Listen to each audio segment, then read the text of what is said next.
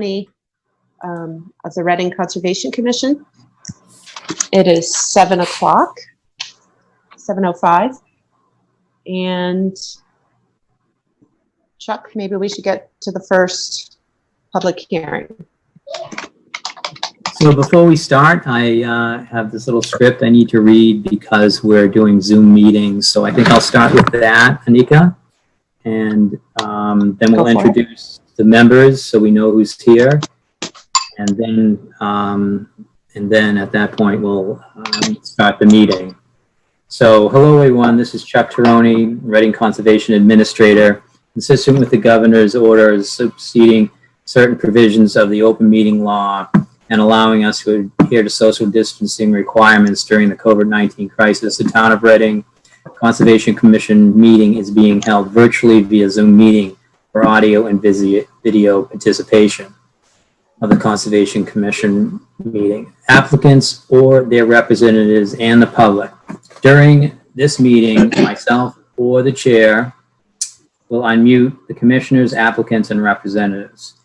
A member of the public individual as needed during the commission, lost my spot here, representatives, the public individually as needed. During the conservation meeting, the chair and the administrator will be the only ones permitted to share videos. These controls are in place to ensure tonight's meeting is as safe and effective at all times. I would like to confirm that all members are present for tonight's meeting, and I could do the roll call right now. And I start out with Anika Scanlon, Vice Chair. Anika Scanlon, Vice Chair. Present Sure. Tonight. David Panett. David Panett is here. Martha Moore. Martha Moore is here. John Sullivan. John Sullivan is here. Nicola Meserve. Nicola Meserve is here. Scott Keefe. Present. Great. Did I get everyone? Did I miss anyone? Okay. I just want to let everyone know that tonight's meeting is being recorded, and any comments or anything on your screen will be captured by everyone on the Zoom meeting. I turn it back to the chair to start our first hearing for 106 Colonial Drive. And I'll let in the unmute Libby Wallace.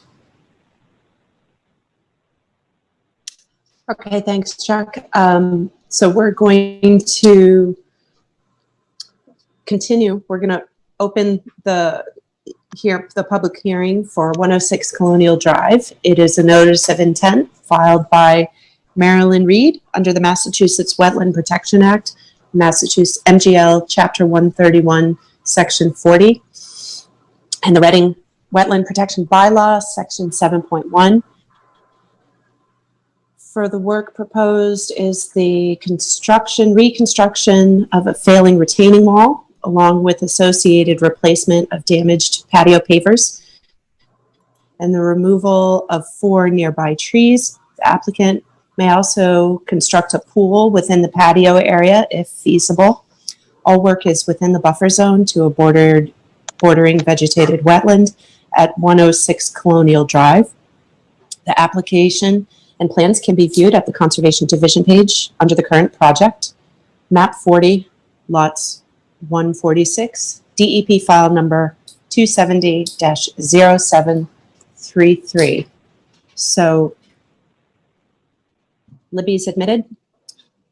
Do you want to go ahead and introduce the project? I will. Good evening. My name is Elizabeth Wallace from Hayes Engineering. I am the company's wetland scientist. I am here with the applicant, Marilyn Reed.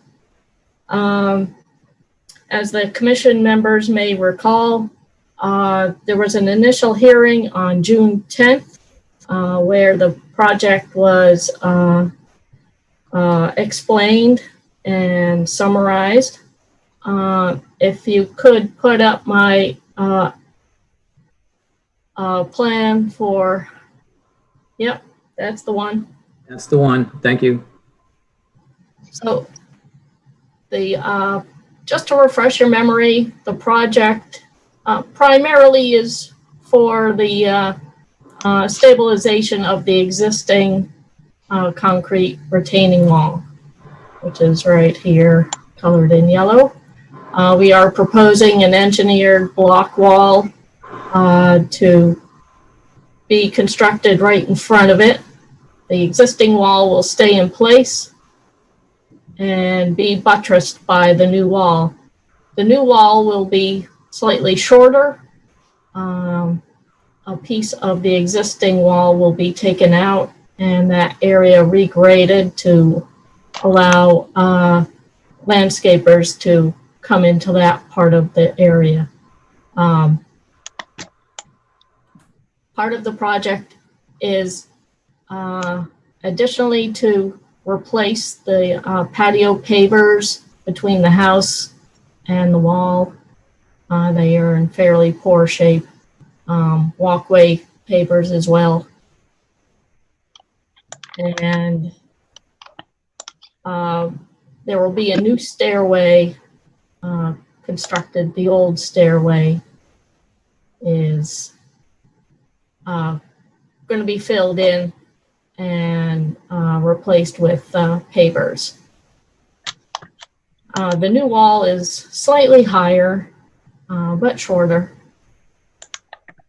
than the existing wall. It will extend the patio out a few feet, not by much, but just enough to accommodate a pool if the applicant would like to put one in. We have shown it on the plan just in case she would like it. It may or may not happen. Additionally, we would like to do some tree work. Initially, we had proposed 4 trees to be taken down, including 2 pines, oaks, and a twin maple. In the time between June 10th and now, the applicant has decided not to remove the trees, but to make snags out of them, which is essentially topping off the tree so that the trunk of the tree is preserved to a height of 8 feet. The top of the tree, which is removed, will be chipped and removed from the site. But the trunks of the trees will remain for wildlife habitat. You'll notice that the different trees are being identified as being snagged and trimmed. The 2 small pines are being trimmed. The rest of the trees are being snagged or topped. Initially, that tree was to be removed, but we have preserved that.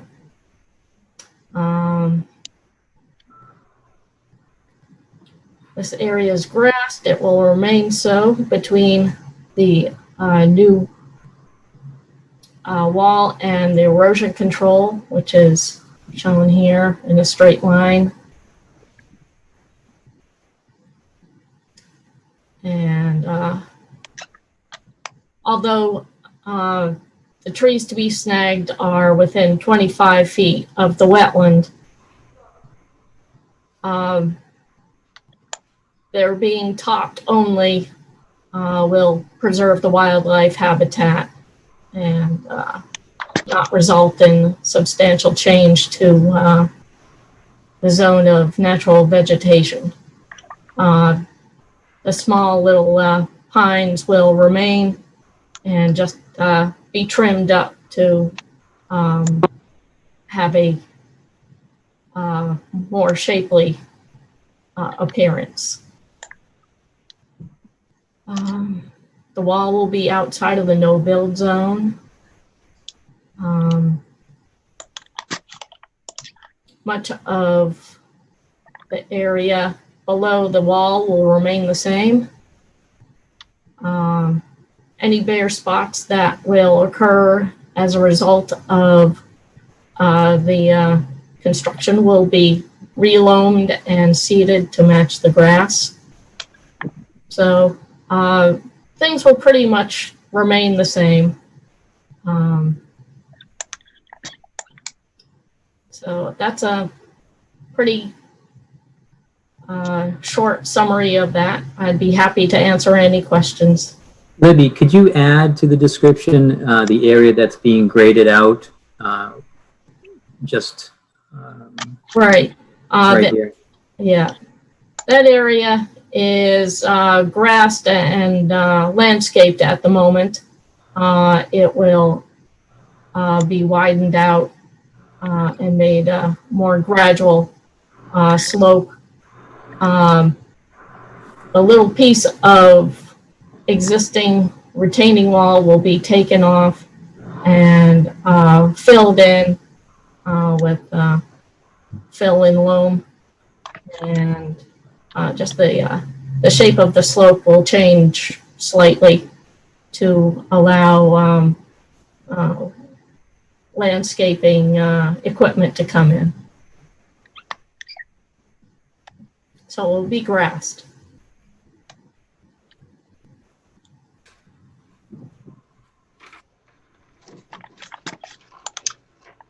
Okay.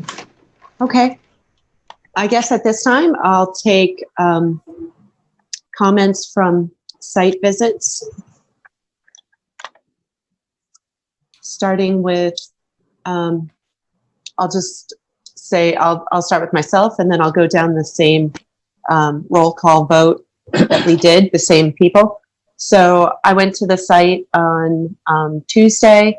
I was there in the morning. I noticed that the area between the existing wall and the wetland was left fairly natural.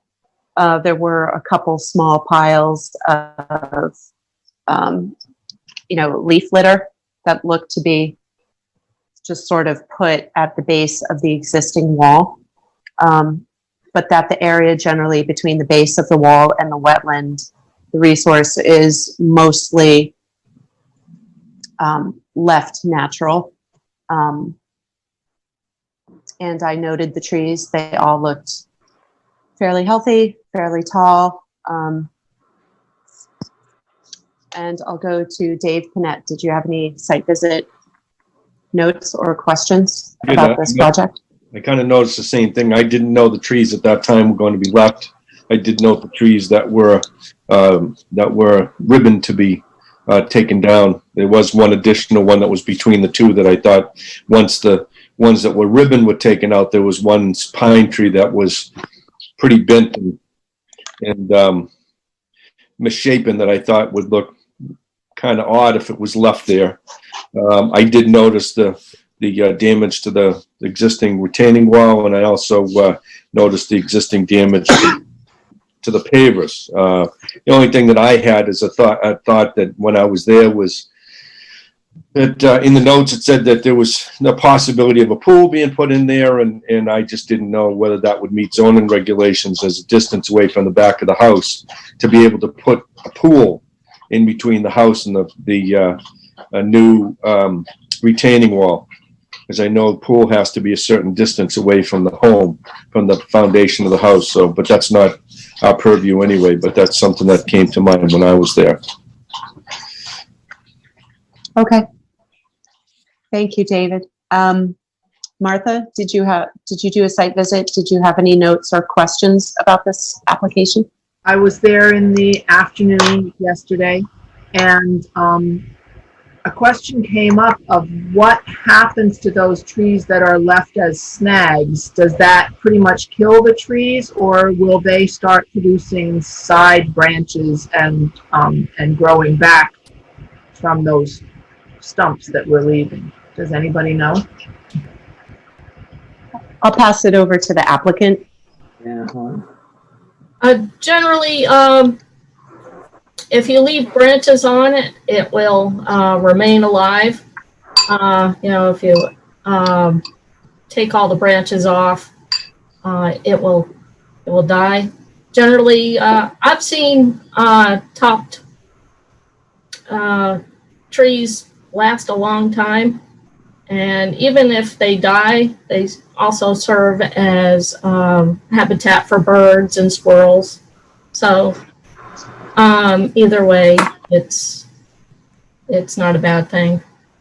Sure, and you're going to find the maples are actually going to send out some suckers, and they'll probably do that. So I can't see what these are, but not usually the oaks. So. Okay, I'll go down the list. John Sullivan, were you able to do a site visit, and do you have any questions? Yeah, I was out there yesterday afternoon. I think everything I noticed has been brought up so far, so I don't really have any questions to add. Okay. Nicola? I also went yesterday afternoon and noticed the same things about the damage to the wall and the sunken pavers that have led to the applicant's desire to do the work. The area further down was in a more natural condition, but it was explained to be a product of the steep slope on the access area and the inability to get equipment down there. So the trees were marked, and so it was good to be able to see them. And we noted how without being trimmed or cut in some way, that they would continue to reach towards the house to find that sunlight there. So that was I didn't have any questions about it though. Okay. How about you, Scott? I wasn't able to get out there, but the pool, we just don't know if that's happening or not. That's correct. It's a possible pool if the applicant can afford it. It's she desires it, but is not sure it's going to actually happen. So we proposed it anyway. If it doesn't get constructed, it will be just pavers the way it is now. Okay. I'm going to jump in with my question. The area that got my attention the most and that I had the most question about was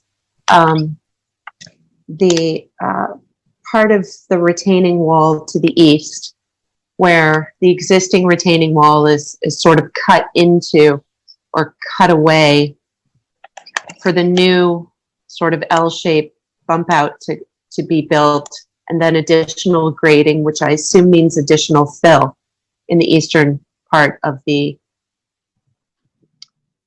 project. So is that graded area, the new fill area to the right, going to be like seeded as lawn? Is that going to be kept natural like the area is right now? It's definitely going to be lawn. It most likely will be part of the mown lawn, kept down fairly short. The regrading is because of the retaining wall. The retaining wall is holding back some soil material. So what needs to be done after that's removed is just a reshaping of the slope to accommodate the change from removing that piece of wall. Okay, so is lawn going to extend past the newly graded 82-foot contour?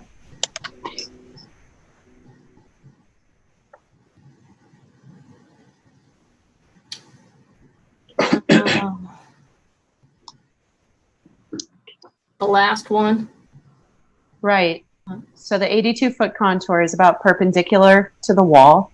Yeah. It's on the right, and that whole lower area right now is left natural, which I think is a good way to keep it. And I'm just wondering if the lawn is going to is this what the applicant is proposing, is to continue the lawn to that whole area at the base of the stairs up to the 35-foot line? I just want to get clarification on that. Right. I mean, the area between the wall and the erosion control is grass at this point. I'm sure that the applicant wouldn't mind keeping the area below the wall more natural-like, and mowing the area below the driveway just to keep it neat. Okay, I had another question about the other end of that new wall. It looks like it's going to attach to the old wall at the other property line to the left. So is that a complicated process? I just ask, I don't know. Maybe Dave Panett knows, but he hasn't designed this project. Is that a challenging process, tying in that new wall into the existing? Yes, because they're two dissimilar materials. So what's going to happen there? Depends upon what they actually decide to do for the two different walls. I really don't know. There's no detail on that. It just shows what the other one, the interlock block, is. And when you take one and put it in the other, in general terms, it has to be some kind of a mechanical fastening of one wall to the other, because the other wall was so close to it. So,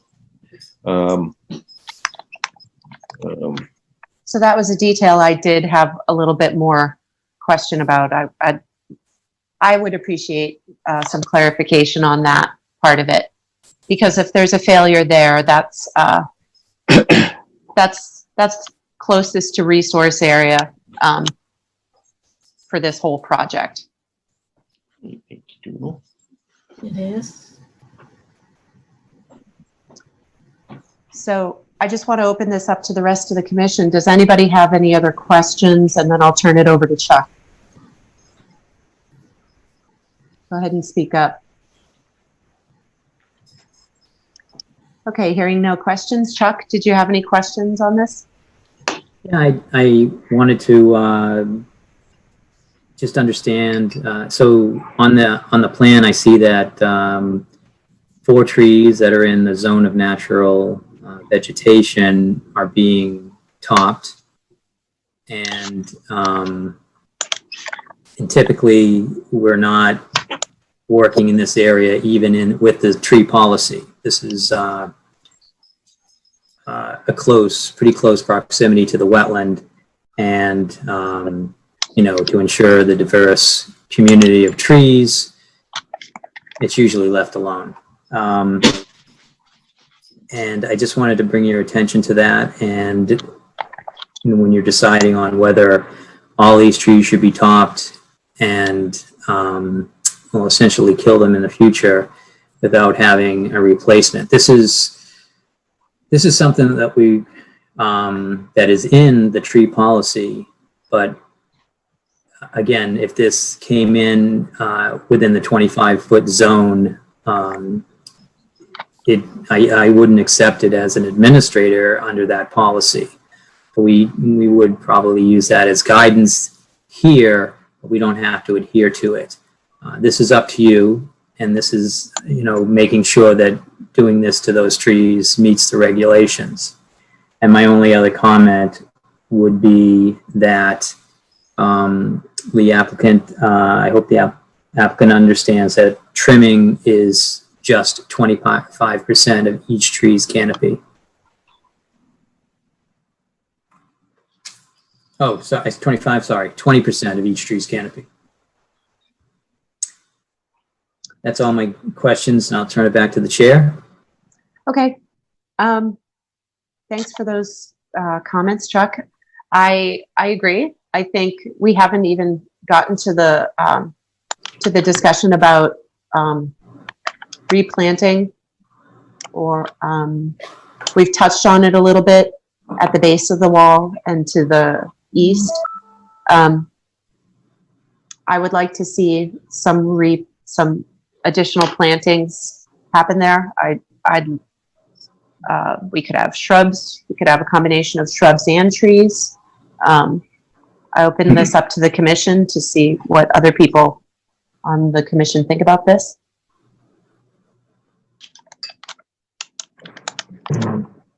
Dave? I'm not following where the request for additional shrubs are coming from. Is that because she's cutting the trees? Right. Where is To maintain the some vegetation. Oh, I thought she was planting that with grass or some kind of seed mixture. Can the applicant clarify the planting?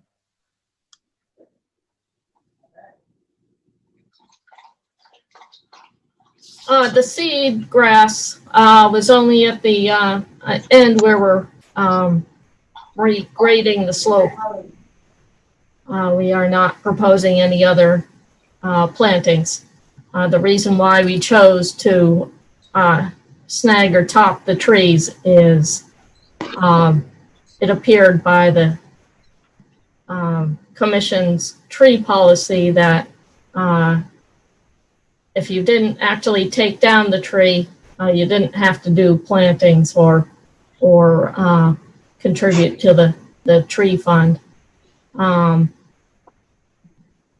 not sure whether the homeowner will be willing to plant some shrubs. We could see whether that would be acceptable. Probably right along the erosion control would be adequate.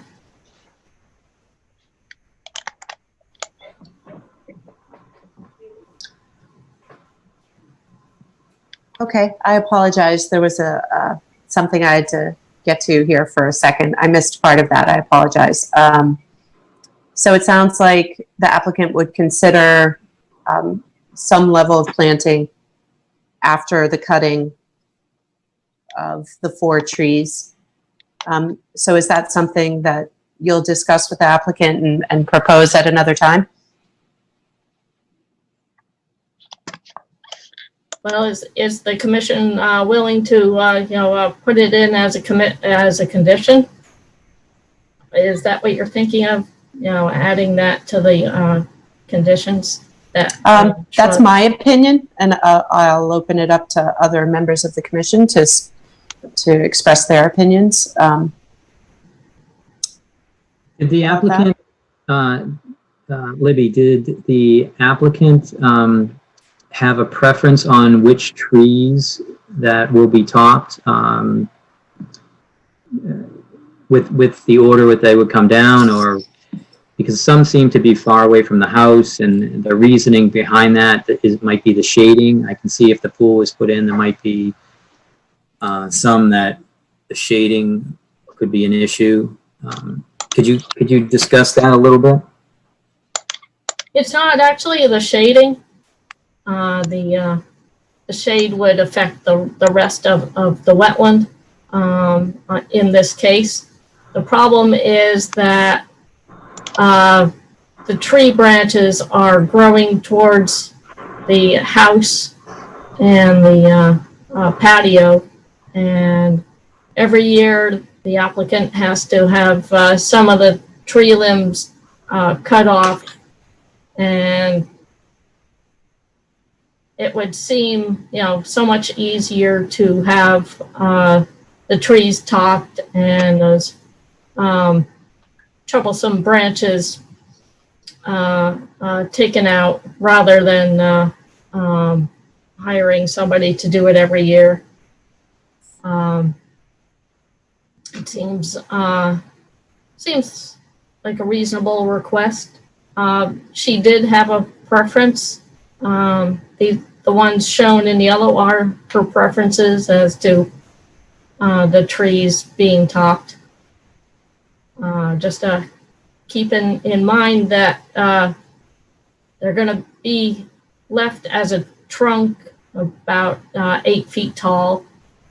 So it's not entirely taking down the tree, but just topping them off at the top. So a good part of the tree is going to be left over.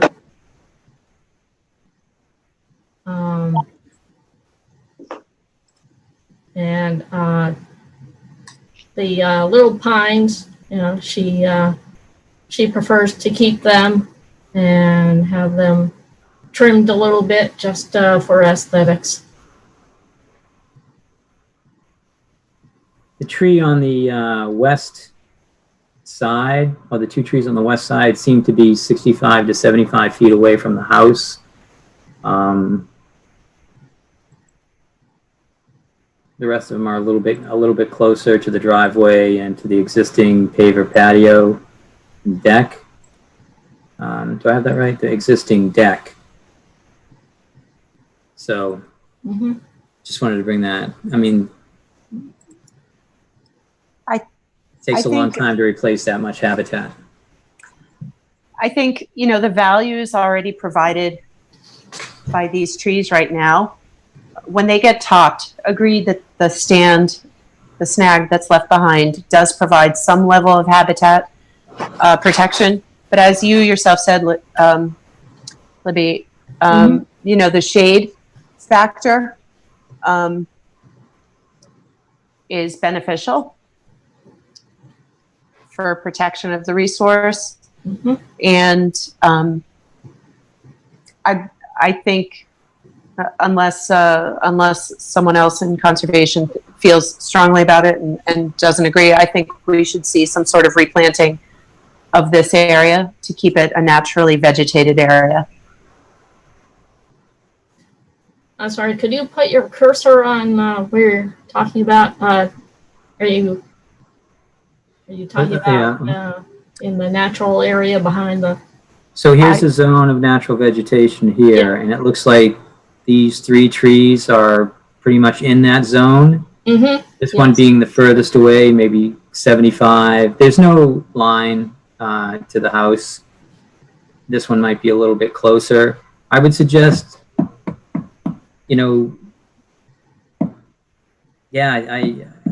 would think that maybe a couple of these trees could either be saved or some replanting could happen. Especially this one here seems awfully far away, and the reason why these are being trimmed each year is because branches are being dropped.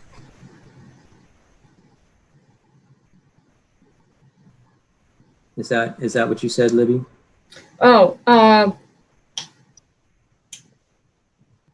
the branches are growing towards the patio and wall, and I think the applicant is afraid that one of the branches will fall nearby.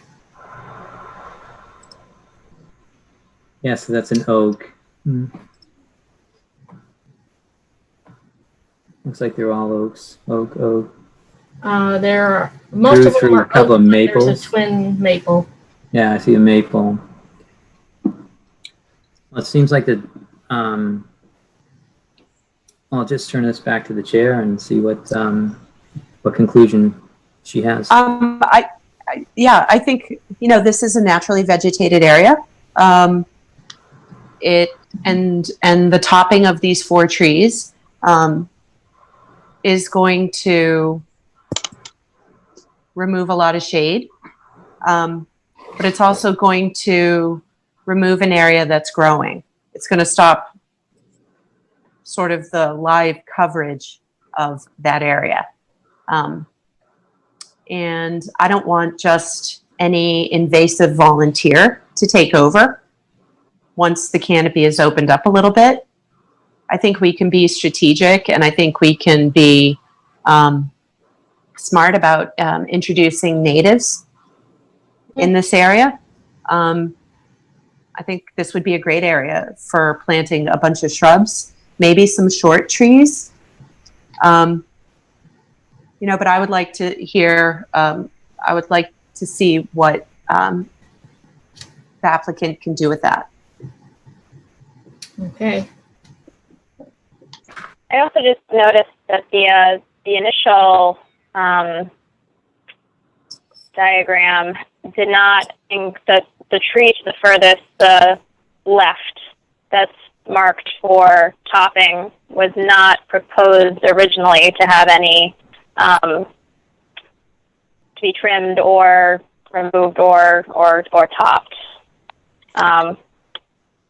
So in order to preserve some shading, I would suggest that one stay.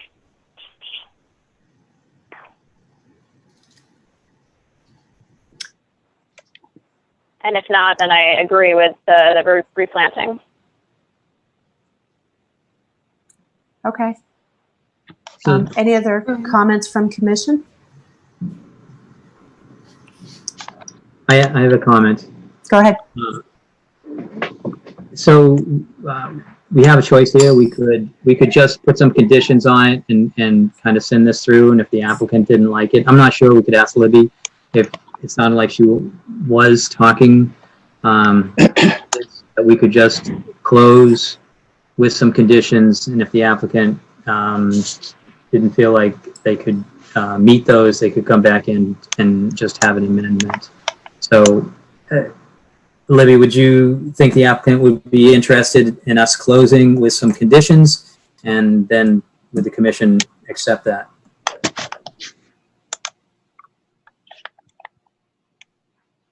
I certainly think she would like to have this closed out. I can't say whether or not she would be willing to plant. I would think so. Sure. She might even be part of this Zoom meeting. So I don't know whether you can find out whether she's online or not. Yeah, I think she is, and she's unmuted. So I don't see any other options to unmute her. Is that what you're seeing, Anika? You have the same control. I do. There's an MG Reed who's unmuted. So, Ms. Reed, if you're present and you want to speak up. I mean, we could add a condition that said, replace, if you want to take down these trees or top them, they would have to replace them with another tree. Or if they wanted to just do two, they'd only have to cut down or replace them with 2 additional trees. Something like that. Some sort of compromise.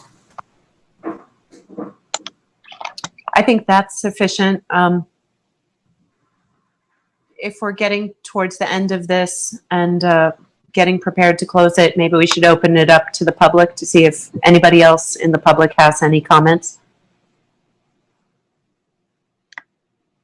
Sure, to everyone in the that's listening, you can use the raise your hand function, and we would be able to call on you at that point, and please state your name and address clearly.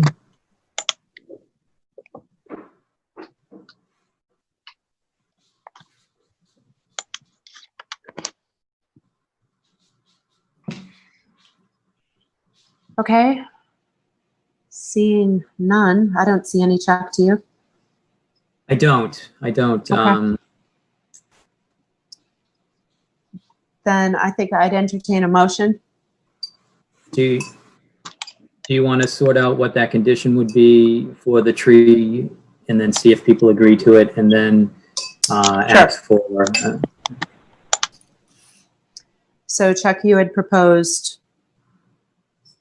For each tree topped, a replacement native tree would be planted, 3-inch caliper, 10 to 15 foot tall. And the 2 trees that will be trimmed is fine. I believe the applicant is raising her hand.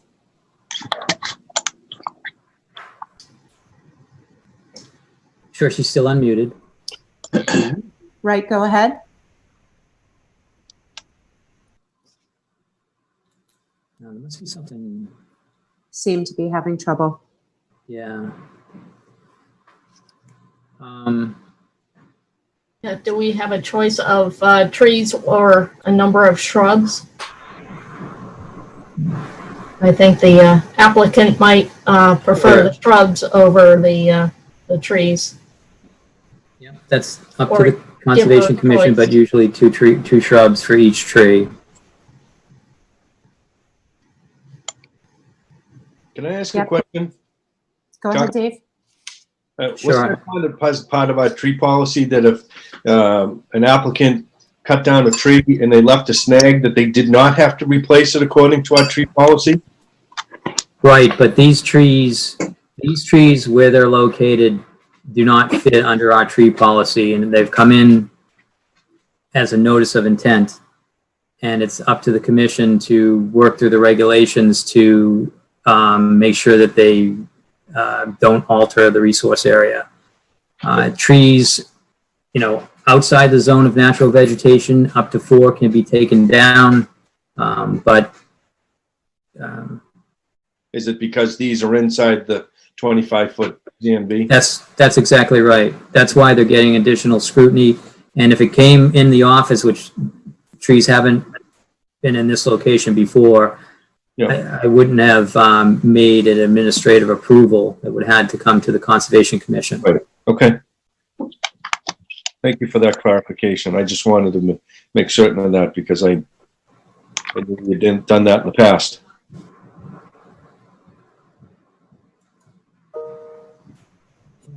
Okay. So I see that Marilyn's hand's still raised, but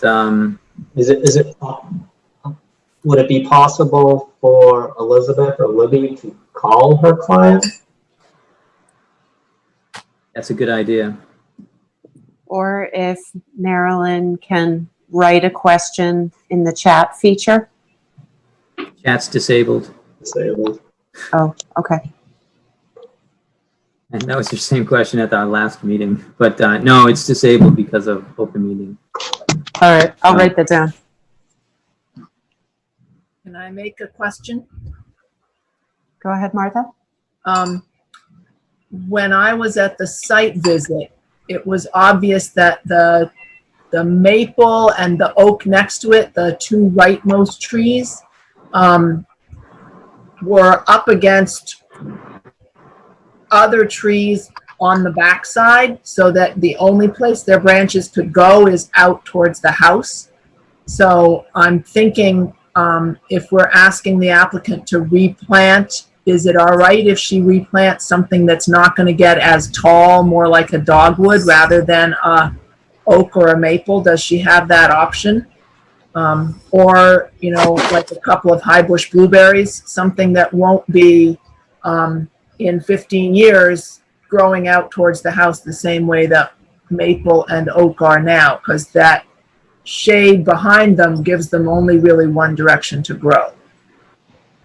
I think that's a good idea, but I wouldn't start with shrubs. I think the first replacement should be a tree. That's my opinion, but and you guys can decide what you want. And so if there were 2 trees and they wanted to do high bush blueberries or some other shrub, that would work out, in my opinion.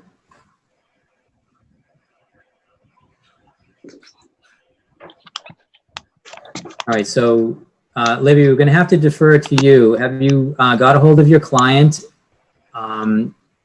Her hand is raised and we're unable to, hear from her. So we need to make a decision.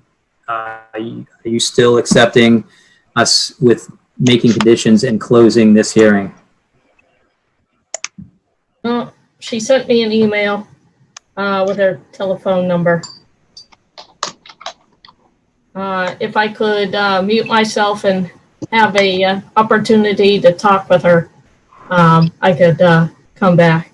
Sure. Would you like us to start the next hearing and come back to you after,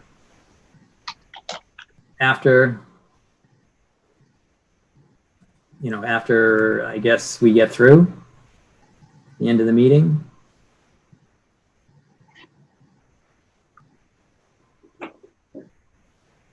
Let's see. She sent me another email. She says she'll keep the 4 trees. So, Yeah.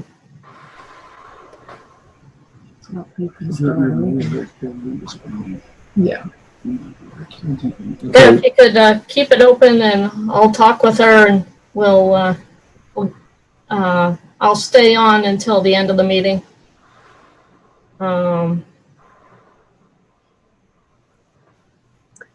That sounds great. So Chair, you would ask for a motion to continue this hearing to an open spot at the end of the agenda, which would be item 4. Okay? Do I hear such a motion? So moved. Is there a second? Second. Okay, thank you, Scott. I just want to say, Anika, I would not have voted to close this meeting. I would not have been comfortable. I would have voted to continue rather than closing this meeting with conditions that were not agreed to prior by the applicant. I Okay, would not be comfortable doing that. okay. I appreciate that, Dave. Thank you. All right, great.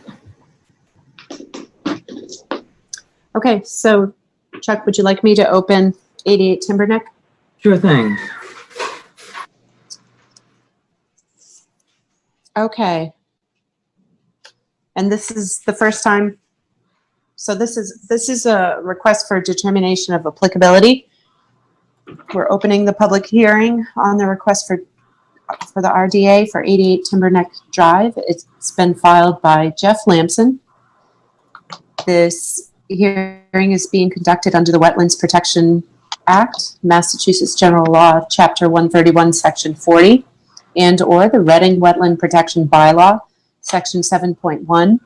The project is to reconfigure the existing driveway so that it no longer wraps around the house. The new driveway will be 30 by 40 feet, reducing the impervious surface on this lot by 900 square feet. The owner also proposes a 28-inch retaining wall, grading, loam, and seed. A walkway constructed from paver stone will connect the new driveway to the rear entrance of the house. All work is within the 100-foot buffer zone. It's map 145, lot 19, with a Reading RDA number of 2020-6. Chuck, is the applicant here to introduce this? I believe they would be.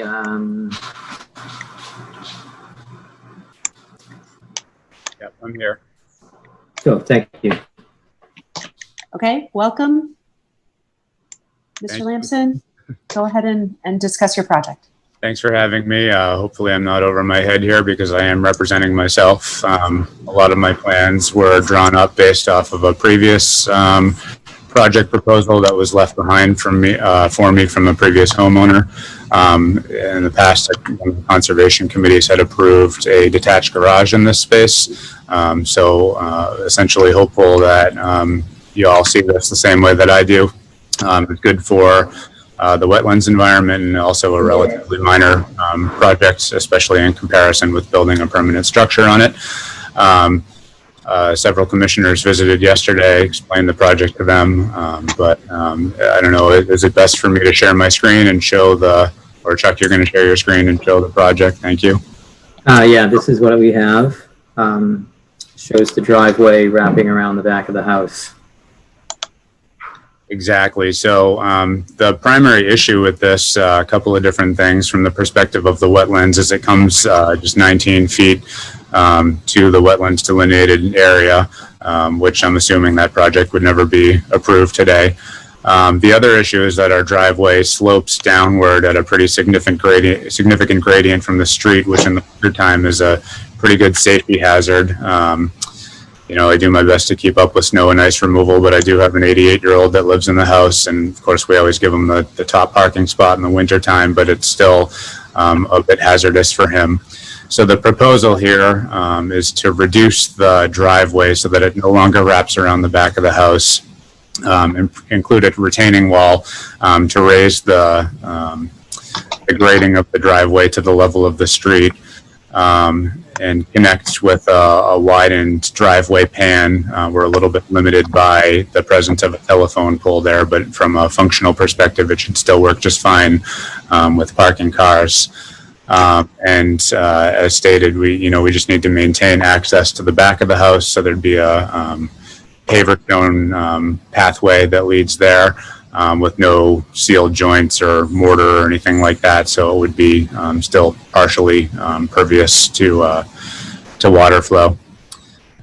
As you note on the site plan as well, there's a drainage easement that goes through the property. And of course, we will not put any asphalt on top of that.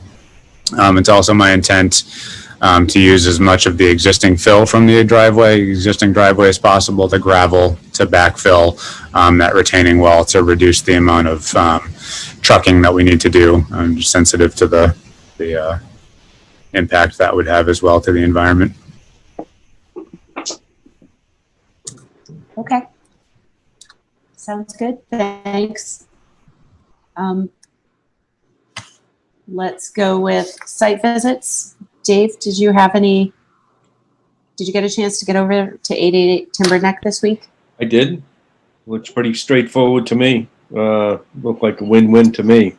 They're removing all of the asphalt that's wraps around, basically half of the driveway downslope, and what wraps around the back of the house, that's going to be removed. The driveway is going to be truncated, so that then any of the water that currently flows down the driveway towards the wetland is no longer going to do so. So there's going to be sheet water that used to go towards the wetland that no longer is going to. So that's another win as well. Great. Martha, did you have any comments on this project?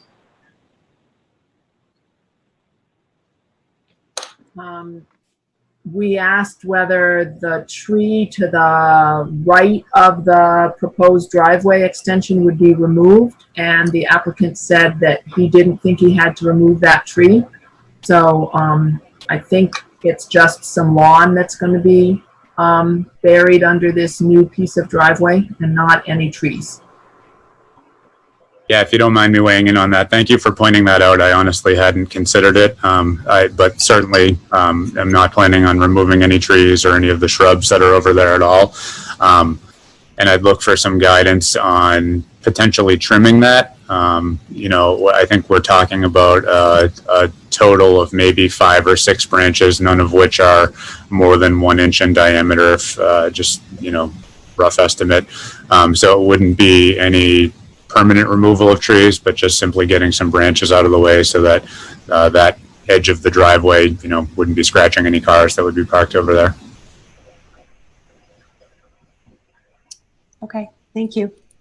John Sullivan, did you have a chance to do a site visit? Do you have any questions? Yeah, I was out there yesterday as well. I guess just to reiterate, it seems like pretty much a win-win to get rid of some of that paving down around behind the house, and we're not expanding the driveway too much on the front of the house. There was a little bit of some vegetation kind of to the right of the driveway, which, as Mr. Lamson said, might have to be trimmed back a little bit, but otherwise it seems like it's just paving over a little bit of grass that's next to the existing driveway. So,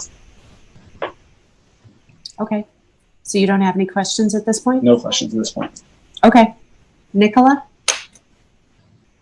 I went yesterday afternoon as well, and came to the same conclusion of a net benefit in terms of the reduced impervious surfaces.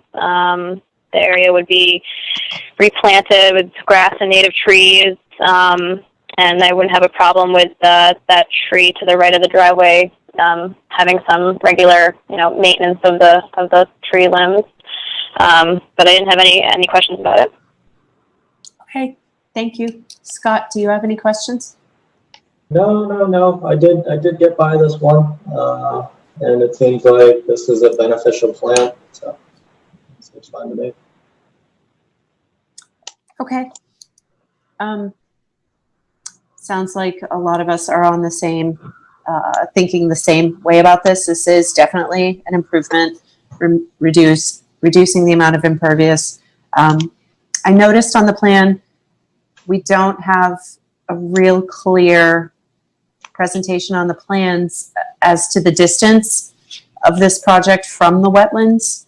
Chuck, I don't know if you have almost is moot because it is a reduction in impervious. But Chuck, I was wondering if you happen to know. I don't know. I see it says 80 feet right there. I think the wetlands on are you looking at the proposed plan, or did that not come up?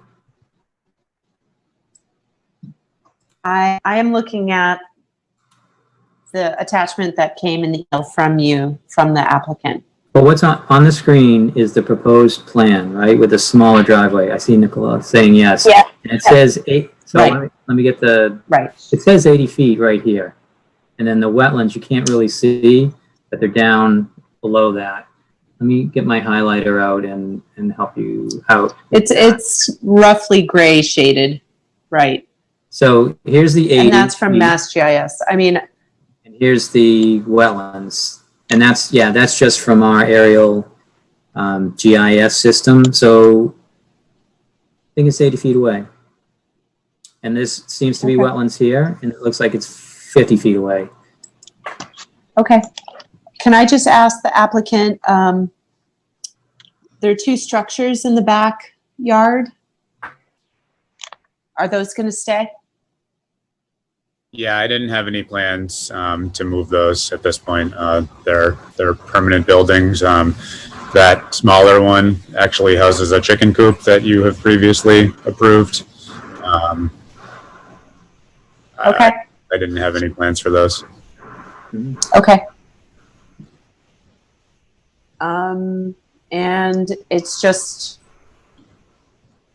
and the paver walkway, I guess I was wondering roughly where's that paver walkway going to be?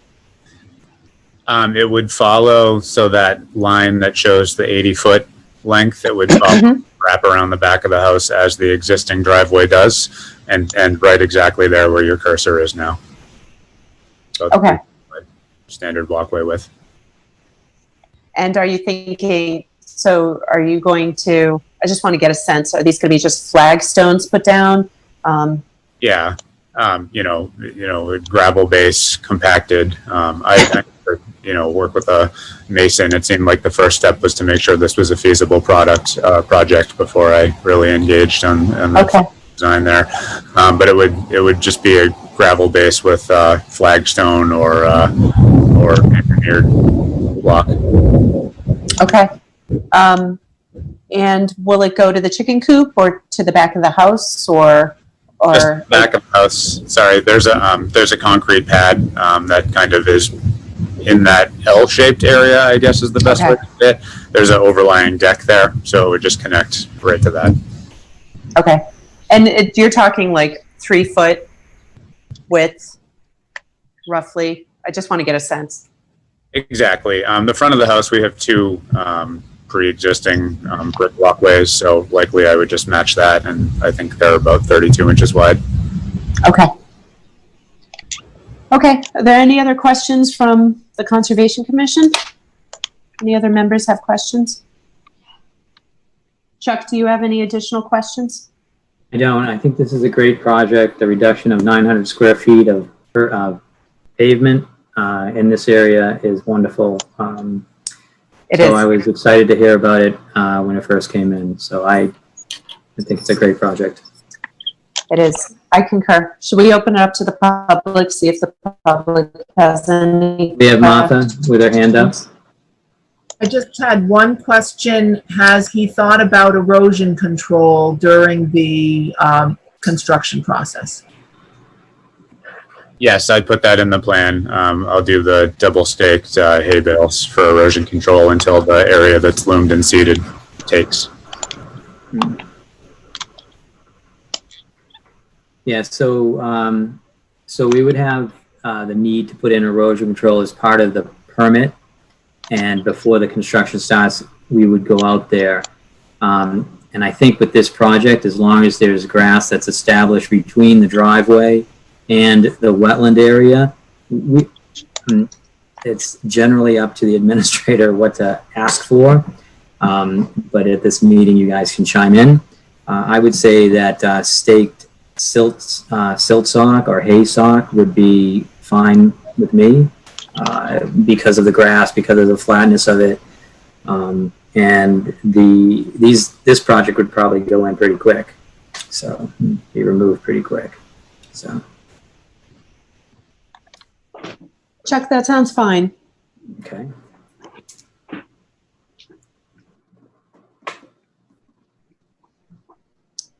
Okay, if there are no other questions, and this is the last call, I'll entertain a motion for this.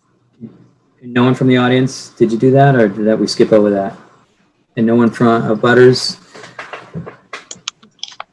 Speak now, forever hold your Lonnie peace. Hillard.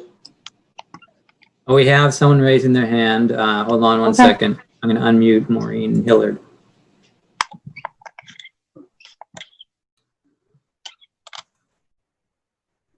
So I'm going to unmute Maureen Hillard and Nika. If you're Okay. doing it, stop. Okay, I'm not. Okay. We are the abutters to the left of Jeff's house, and we just wanted to add our support to this project. Thank Thank you. you very much. Thank you.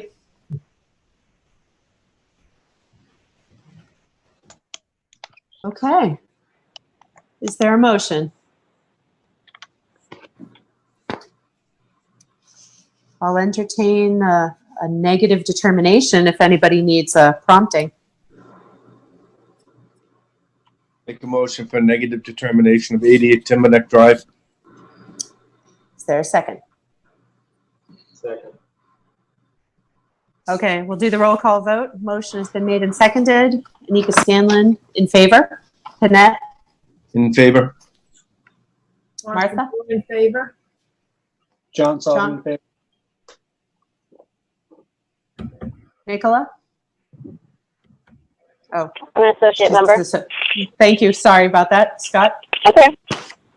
In favor.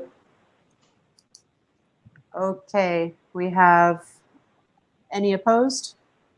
No abstentions? So the negative determination passes. Chuck, do you want to discuss with the applicant the next steps? So the next step is I'll drop off the request for determination of applicability. And before the project starts, you could send me an email and let me go out there and see that the erosion control is installed properly. We'll go over some other issues about where things should be stockpiled or not, but usually it's everything up gradient from the wetlands would be your stockpile areas. And so that's all there is to it with a request for determination. So do you have a time frame when this project is going to start? No, I just need to re-engage with the paving contractor, and I think that's going to be the ultimate determinant of my timeline. So, Sure. There's a appeal period of 10 days, but with requests for determinations, it's up to the applicant whether they want to adhere to that. It's at your, I guess, jeopardy if someone wants to appeal. You would have to put your project back together, but usually with no one showing up, that doesn't end up being an issue. That's all I have. And I'll next thing, probably next week, I would drop that off to you and just read through it. And we do have a closeout at the end of these projects, and you would just request that, and we'd walk through comparing it to what we approved and send you a closeout letter. All right. Excellent. Thank you all for your time. Okay, Thank you. thank you. Okay, Chuck, at this point, do you want to move on to Lila, or do you want to go back to Colonial? Colonial will be at the very end of Okay, our timed items. then shall we move on?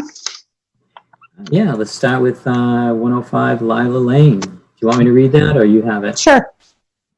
So, open the public hearing on a request for determination filed by Lori Burke under the Massachusetts Wetland Protection Act, Chapter 131, Section 40, and or the Reading Protection, Section 7, for the construction of a new walkway from the driveway as an entrance to the backyard, approximately 15 to 20 feet, cement pad underneath the deck, native plantings along the fence line, reinforce the existing pool wall, extend the pool deck patio for table and seatings, and finish the pool deck project started in August of 2017 by adding a roof to the structure.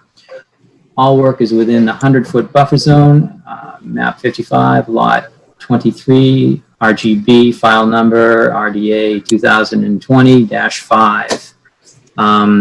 Lori is, I don't know if she's unmuted, but let's. Yes, I am. Can you hear me?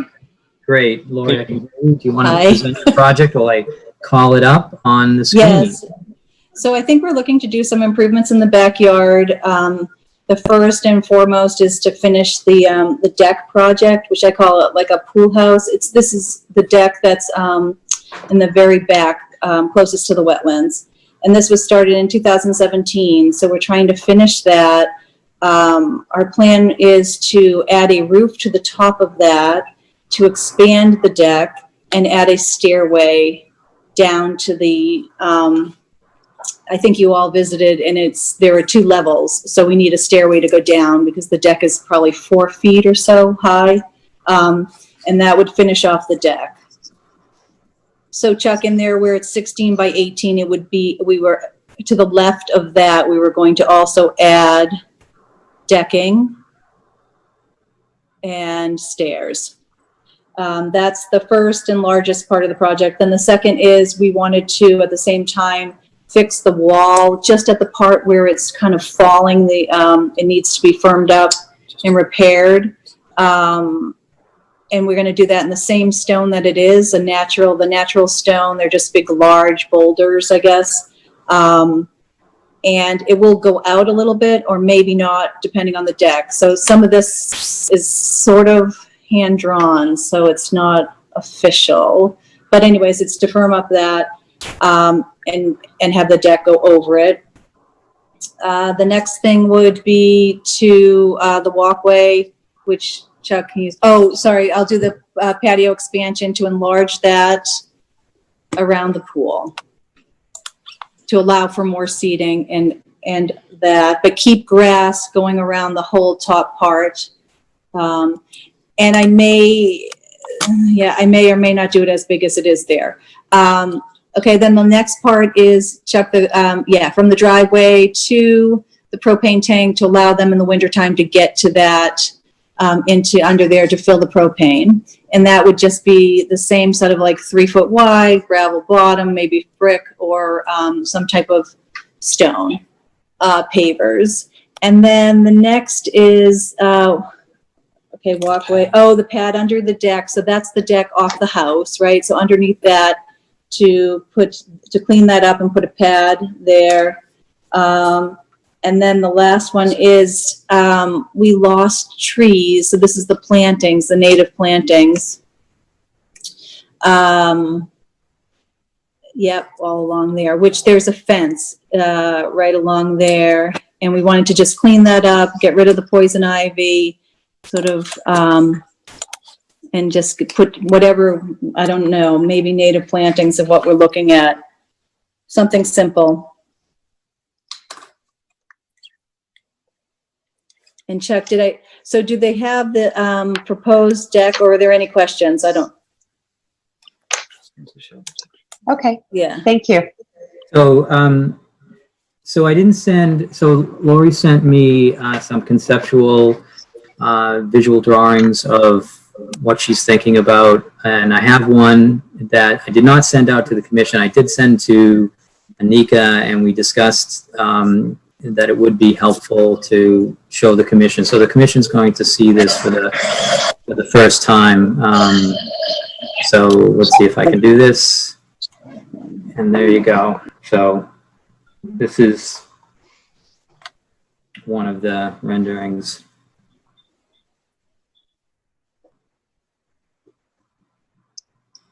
Yep.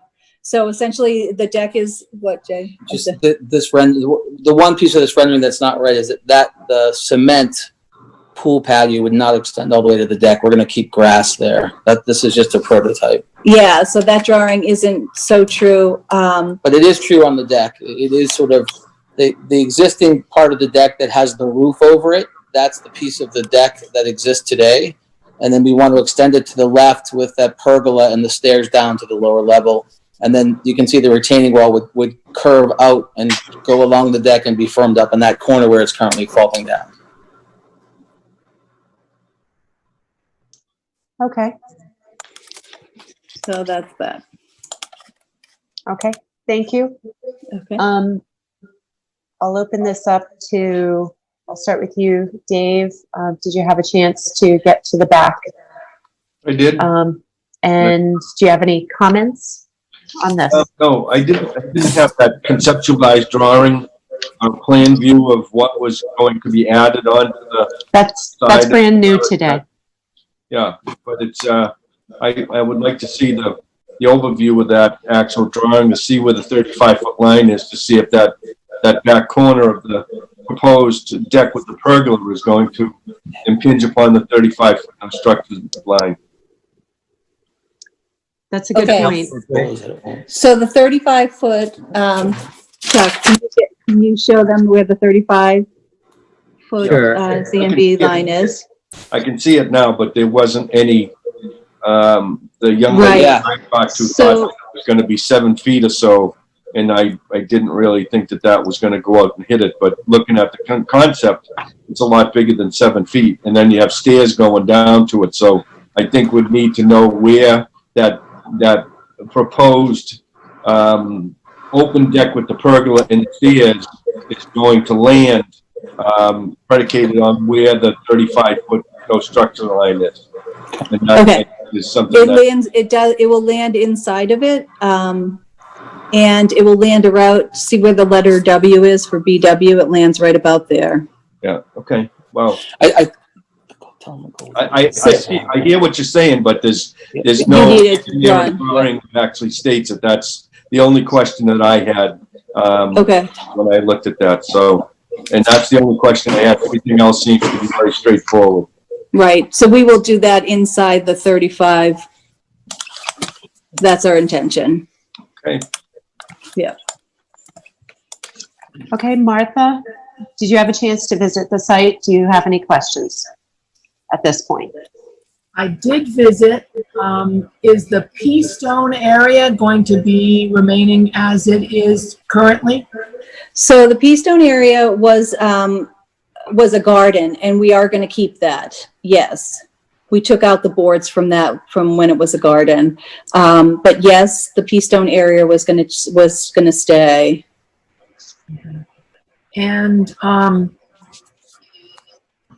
with the enlarged deck and the roof, do we have any plans for what's going to happen to the water runoff when it rains on those new impervious surfaces? Right. So right now it looks like from the roof, there's going to be a gutter and there's going to be a rain chain, and it's going to go into a bucket, and that's going to collect the water, and that's going to be, the gutter is going to go off the side. I don't know if it's both sides or, I know it's the side where the pergola is. And then the bucket is going to be used for, Well, I was going to use it for watering the garden.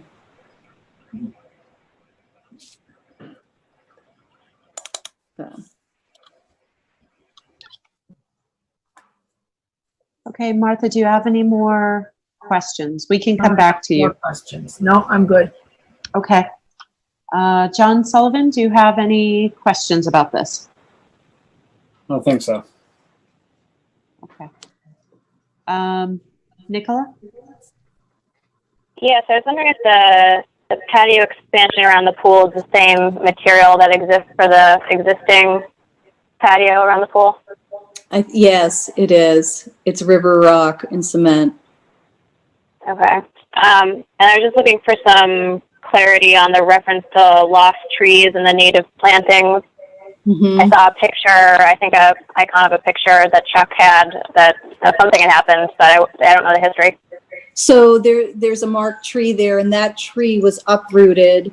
And well, we've lost several trees in the last 2 years. So since we started the project, and that was finished in August, that March we had a tree fall on the deck before the roof was built.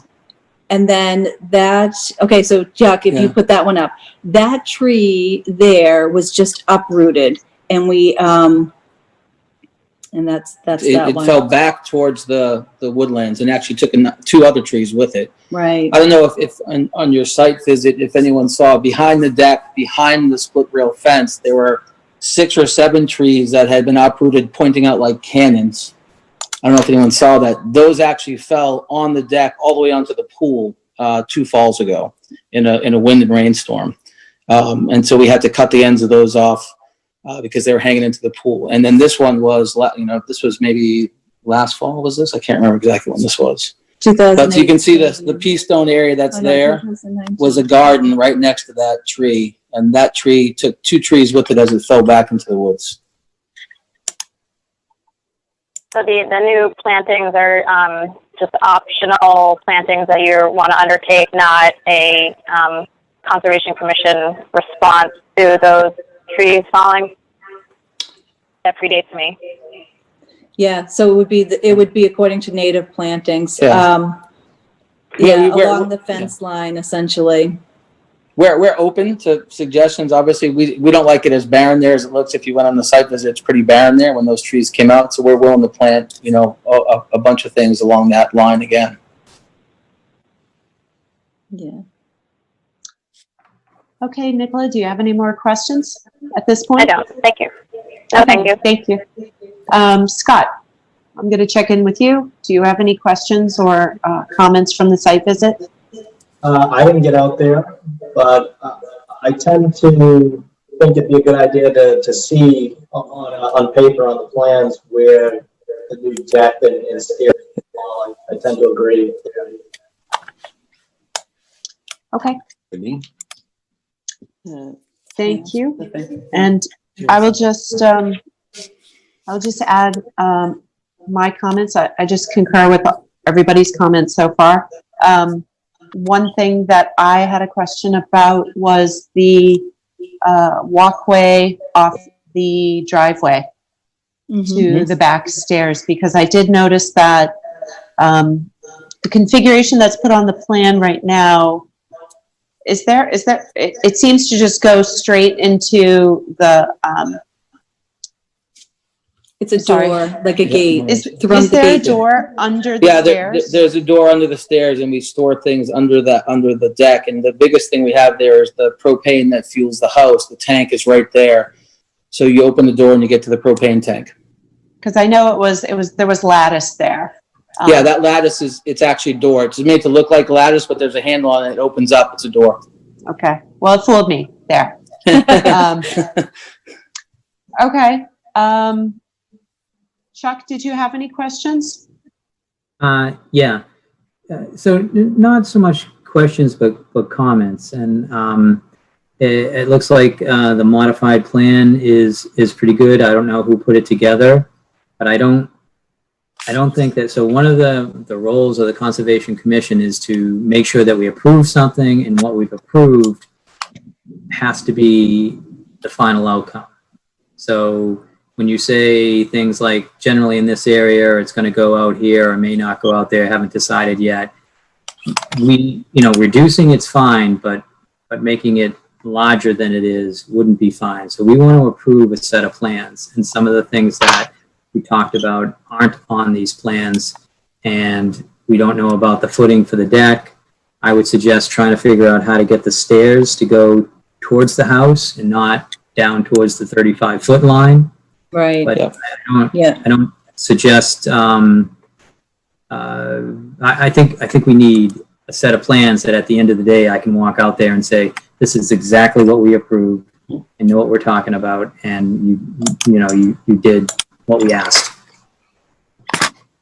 So I agree, Chuck.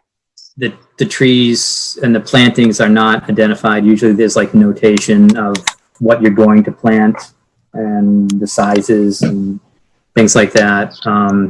But like I said, this plan is really nice. So if whoever put this together could finish it up, it would be great. And then Dave had that question about exactly how close to the 35-foot line that additional work is happening.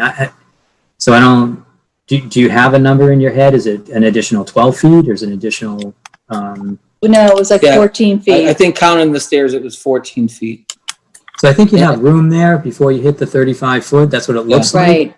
Right, right. But you're not going to be able to have it accurate on these plans if you're just, modifying them. So you're going to have to put the numbers in 14 feet or Okay. make little Right. notations. Okay, So that's one of our takeaways. It's come back with the exact plan. We get that. right. Yeah, you should, and tell us what kind of walkway and the patio expansion is going to be, river rock with, current, what'd you say, concrete? Yes. And all those questions, if they're on the plan, that would be, what the commission asks for. So just a little guidance on along the fence, the native plantings, because those are really everything else is more than 50 from the wetlands line. So on those plantings, the only thing that I've sort of tried to get guidance on from a landscaper is really to go to a native plant nursery. There's one evidently out in Holbrook, Cochado or something, and to just look at them. That was my plan, to look at the plants and then sort of maybe do just sort of 3 groupings of 3. Right, But so at least say shrubs or trees.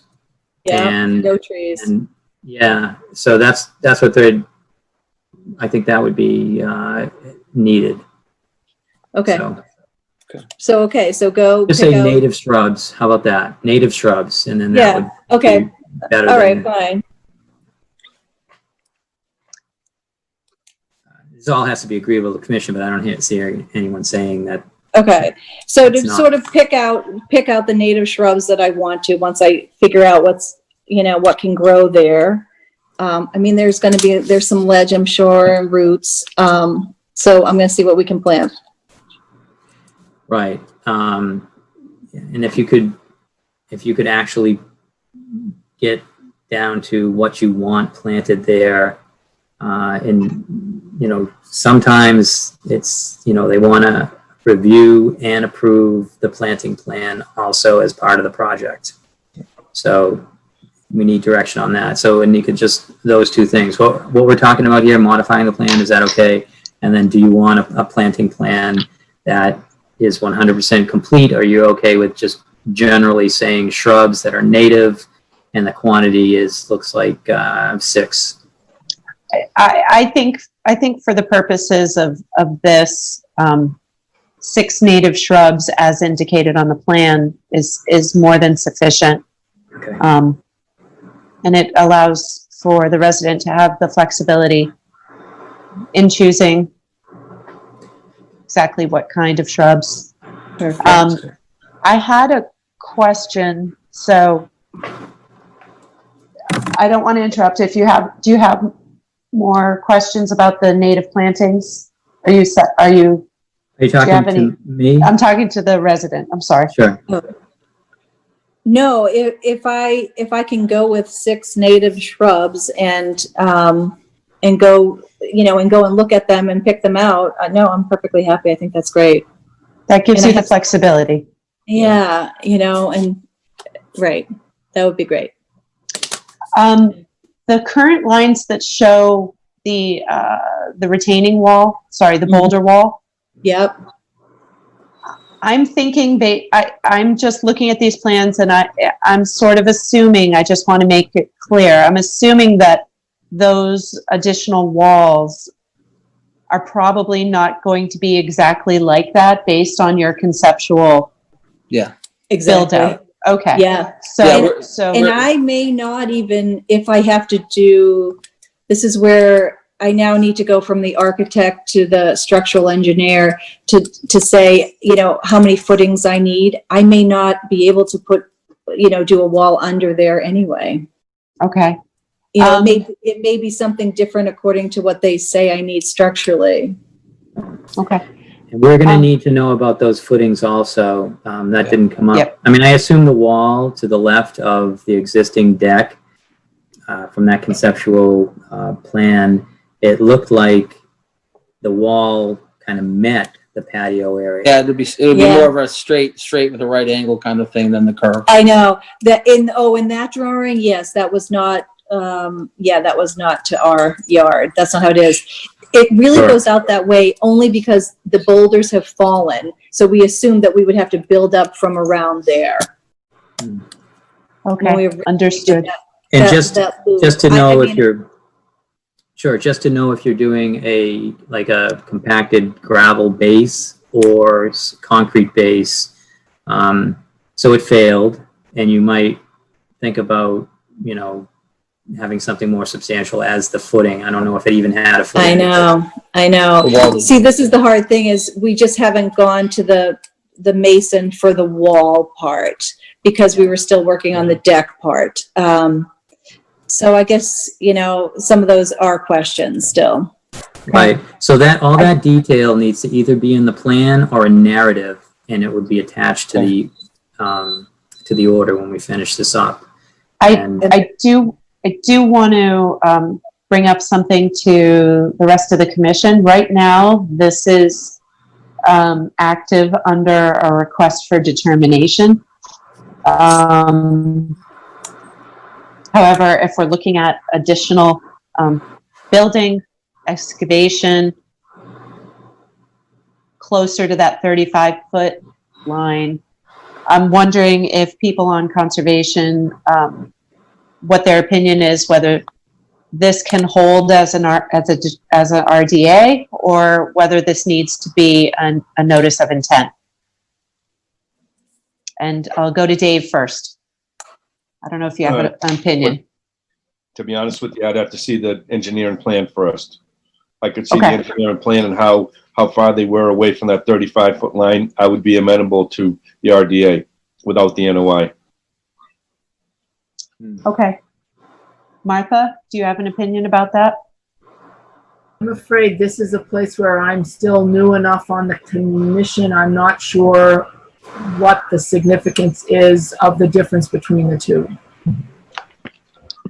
It's a good question. Chuck, do you want to address that? So it's proximity to work, and it's the amount of work and ground disturbance. So this is, I would consider this project just like looking at somebody proposing the deck. We have the house is further back and a pool, but say the pool was where someone else's house was, and they just wanted to add on to their deck, and they were using sonotubes. It seems to me that in that scenario, we've approved projects under a request for determination of applicability. So the 35-foot line is very important. We have minor project approvals that are based on a 50-foot line, and it would be interesting to know where the 50-foot line is, because I think a lot of this work is going to fall outside of that area. Probably not the new deck area in some part of that retaining wall, but if they're able to move the stairs and have them face the house, Right. that could make a big difference. So I don't know if that helps exactly, but there's little ground disturbance. This is happening on existing lawn for the most part. And, the wetland where the patio and the pool and the deck are pretty far back in that area. So the fence isn't the 25-foot line. The fence actually cuts across it. So when I look at these, it's just institutional knowledge of what we've approved before, what this commission has approved before. And I think this, is getting close, but I think there's still a request for determination at this point. But just like Dave said, we want to see the additional material and actually know where things are located. The thing is too, Chuck, is that we don't know for the footings for the wall. We don't know what the footings are for that additional pergola area. I mean, if they put in, spring coil in the ground, those have far less ground disturbance than a full footing or even sonotube. So that's another issue that could be a determinant factor that we don't know at this point. Okay. Right. What's that footing, the new footing that they rotate into the ground? What's that called? It's the spiral pile? Spiral piles. The coil piles that are driven into, they're actually screwed into the ground. Yeah, I don't know if we have the right name, what they're calling them at town hall, but helical piles is but yeah. Machine goes out there and they screw an auger tip into the ground, and then you build off of that. Yep. And that's considered with conservation commissions as no disturbance or very little disturbance. And there's contractors have told me if you factor in your labor for digging, it's pretty much the same price. Yep. Oh, really? We also go in with a machine that's a Yeah, track, the machine does it. and you don't even know it's been there. So why not so we could do that? Yeah, That's a suggestion. Yeah, I mean, Yep. It's not built yet, so I mean, and it's It's called something to sprinkle- consider. Yeah. Right. Yeah. It's definitely something to consider. Yeah. We are not in, we're not your designers, but No, Yeah. we're no, but it's happy good to know. share information. And thank you, because I think if I propose to do that spring coil piles, is that what they're called to do? Is that what we think we call? Yeah, I wrote it down. Yeah. You think? Okay. So why not? Sure. Okay. But what I was So- saying is that detail is not known. Yeah. Other thing is that it's also not known as to what you're going to have for footing. You're going to have that for the building inspector anyway. But Right. that's right. something that we don't know as the Exactly. Conservation Commission, and it's going to make a difference in the impact you're going to make in that buffer zone area. So I know as long as I stay outside of 35 foot, the 35 no structure zone, right? That's my goal, right? And Yes. I know I'm not reaching that pea stone area, so I might be. Yeah, so we'll just put it on we'll put it on this thing. I'll just add it, I'll amend it. And the other thing you might want to look at is the stairs were looking like they were going perpendicular from the pergola area. You might think of putting them parallel with the end of that coming back towards the wall. Yeah, That might I make think sense. we'll have to, because I think we could, that might get us over, yeah, it might have us hit, Yeah, right? the other option that we are thinking of, and again, I apologize for not having a more final plan. There's an option potentially to put stairs coming out of the wall, further to the left to get to the lower level, as opposed to coming off the decking. Okay. That would make them much further away from the 35-foot line. Right, to put them in the front, right, You know, So at this point, it's an unknown. yeah, Okay. yeah, okay, that's fair. So are there any other questions? John, do you have any questions? None from me. Okay. Nicola? No questions, thanks. Okay. And Scott? No. All right. Okay, Chuck, if that's, Could I, is could there I another ask what, question? could I, Go ahead. this is Jay, resident. Could I ask one more question? So when you got, and I know there's a lot of unknowns that we'll clean up, but it seems like the walkway from the driveway and the pad under the deck are less of an issue with less questions. So when we come back, we want to make sure we're addressing everything. So we'll address all the questions around the decking plan, the pylons, the rain runoff, the materials, all the stuff that you guys just went through. We'll have a planting plan. Is there anything more specific about the walkway and the pad under the deck? You have to identify the material. Just the materials. It says paver. Is it pervious or is it, impervious? Yeah. I Yes, it is. think that's just a walkway. If you just let us know if it's poured concrete or it says paver. Yeah. At this But point, just tell us if it's we thought under the deck would be poured, but the walkway would be some sort of stone paver. And we haven't picked one out yet, so I can't tell you if it's pervious or impervious. Right. Okay. It is further away and it's really not that big an area. And so, but if you could just tell us which one it is, if it's pervious. Will do. And the area underneath the deck, that's up to the commission. I feel like that area is already taken up in the bird's eye view.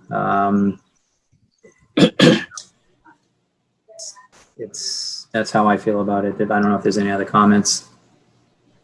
I don't have a problem with that. I actually saw I saw the area under the deck. I opened up the side of the deck. Actually, the resident opened it up for me, showed me underneath of the deck, and it's currently all rock underneath there. And if you make it concrete, I don't have a problem with that at all. Any other comments from commission members? Yeah. Okay. Hearing So I none, Chuck, should we ask about public comments? Yeah, you could. I was just gonna, I looked it up on my iPad. It says helical pile footings. I think that's what we're talking about. Yes. Yep. What was it called again, Chuck? Helical, HELICAL, helical pile footings. They, Glenn Redmond knows about them at town hall, so your contractor. Yep. Be best to contact him. Okay. We can do that. Okay, if anybody from the public has any questions or comments, could you raise your hand, please?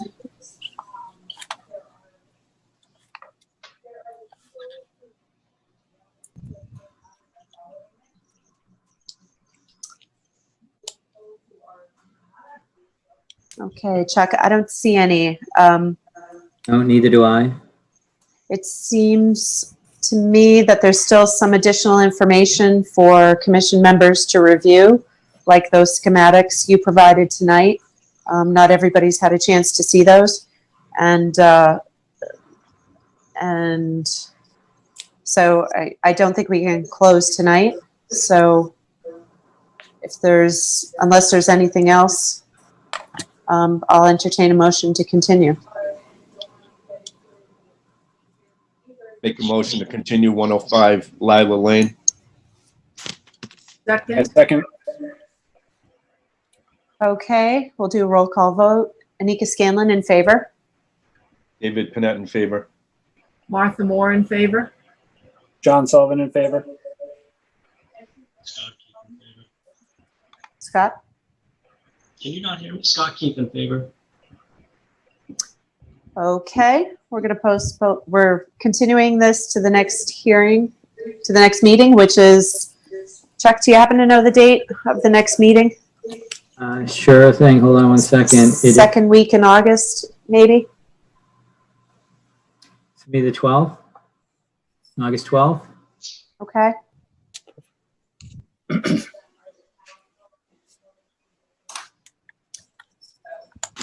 Okay. Yep, Any thank you other- for your time. Okay. Thank you for your recommendations. Thank you for coming out. Thank you for all the information. Thank you. Okay, Chuck, moving right along. Should we move to right along. It's 53? 53 Lila Lane. I'll read this one also, if you don't mind. Maybe, 53 Arcadia? yeah, 53 Arcadia. Okay. Opening a public hearing on a request for determination of applicability by Eric Henstrom under the Massachusetts Wetland Protection Act and Chapter 131, Section 40, and the Red Wing Wetlands Protection Bylaw, Section 7.1, to conduct minor grading within the existing maintained lawn area, remove 2 dead trees, 1 a 14-inch hemlock and a 14-inch white pine in the rear yard, and remove a cluster of spruce trees and small shrubs in the front left corner. In addition, the applicant are proposing to expand their existing driveway and landscape plantings around the house. All the work is within the riverfront area and the 100-foot buffer zone. Map 19, Lot 6, RGB, file number RDA 2020-4. Okay. So we're starting out with the RDA, but there are 2 certificates of compliance requests for this address also.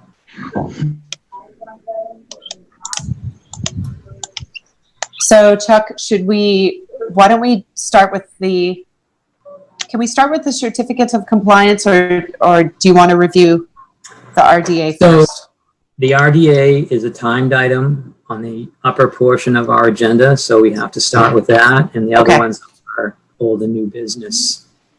Okay, thank you. To follow the agenda, we'd have to start with the RDAs. Got it.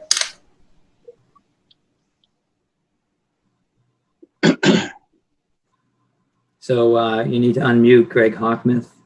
Yep, I think I'm unmuted. Working on the plans. Oh, Greg, hi. Hi, good evening, everyone. Greg Hockmuth from Williams and Sparagus, here presenting the applicant Eric Hagstrom for the request for determination of applicability filed for 53 Arcadia Avenue.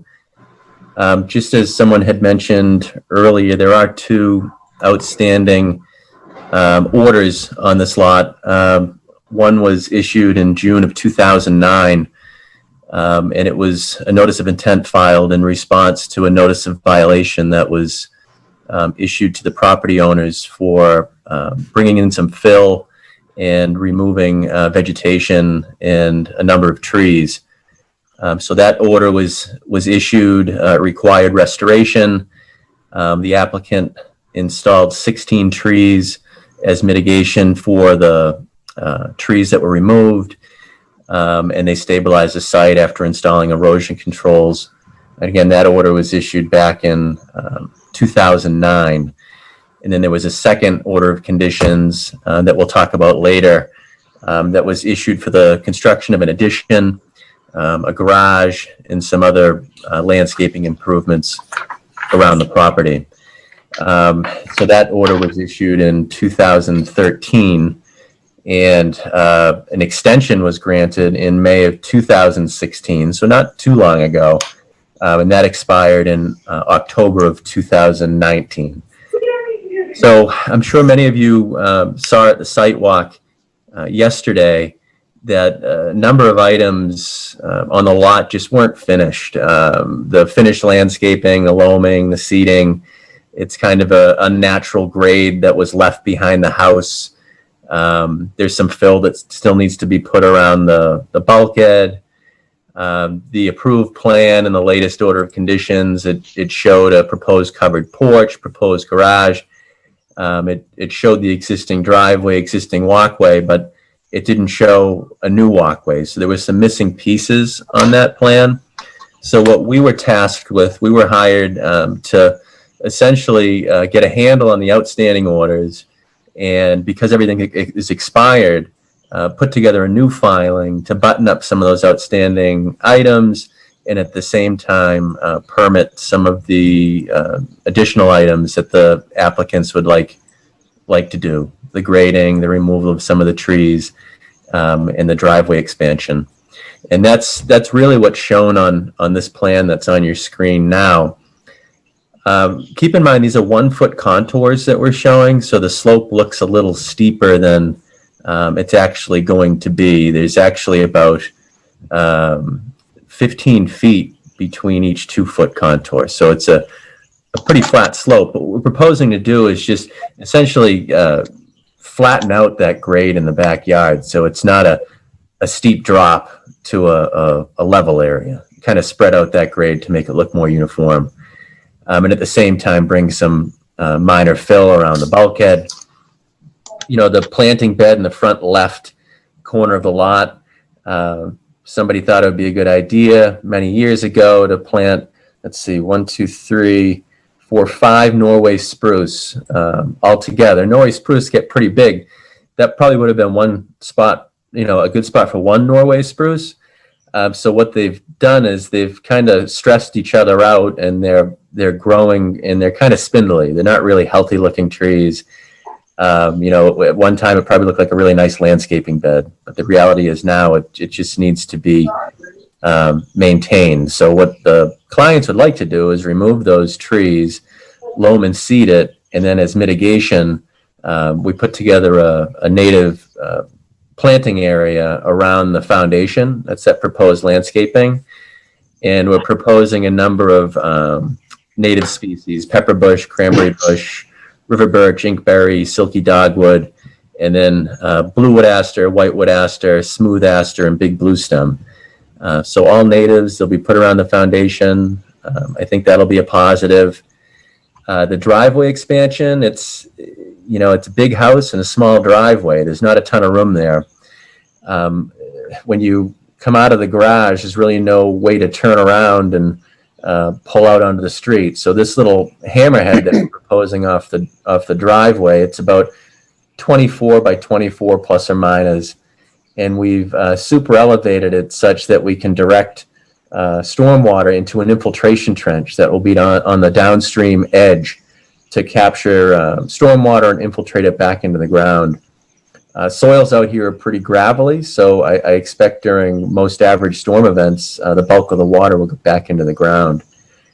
One thing that we will talk about when we get to the certificates of compliance later in the meeting is one of the outstanding items that remains is the planting of 3 3-inch callus sugar maples.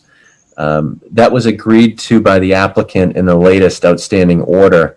3 trees were allowed to be removed, and with the understanding that 3 3-inch caliber sugar maples will be put back in roughly the same location as those trees to be removed. And it just so happens that one of them is in the front left, pretty close to where they're proposing to remove those spruce trees.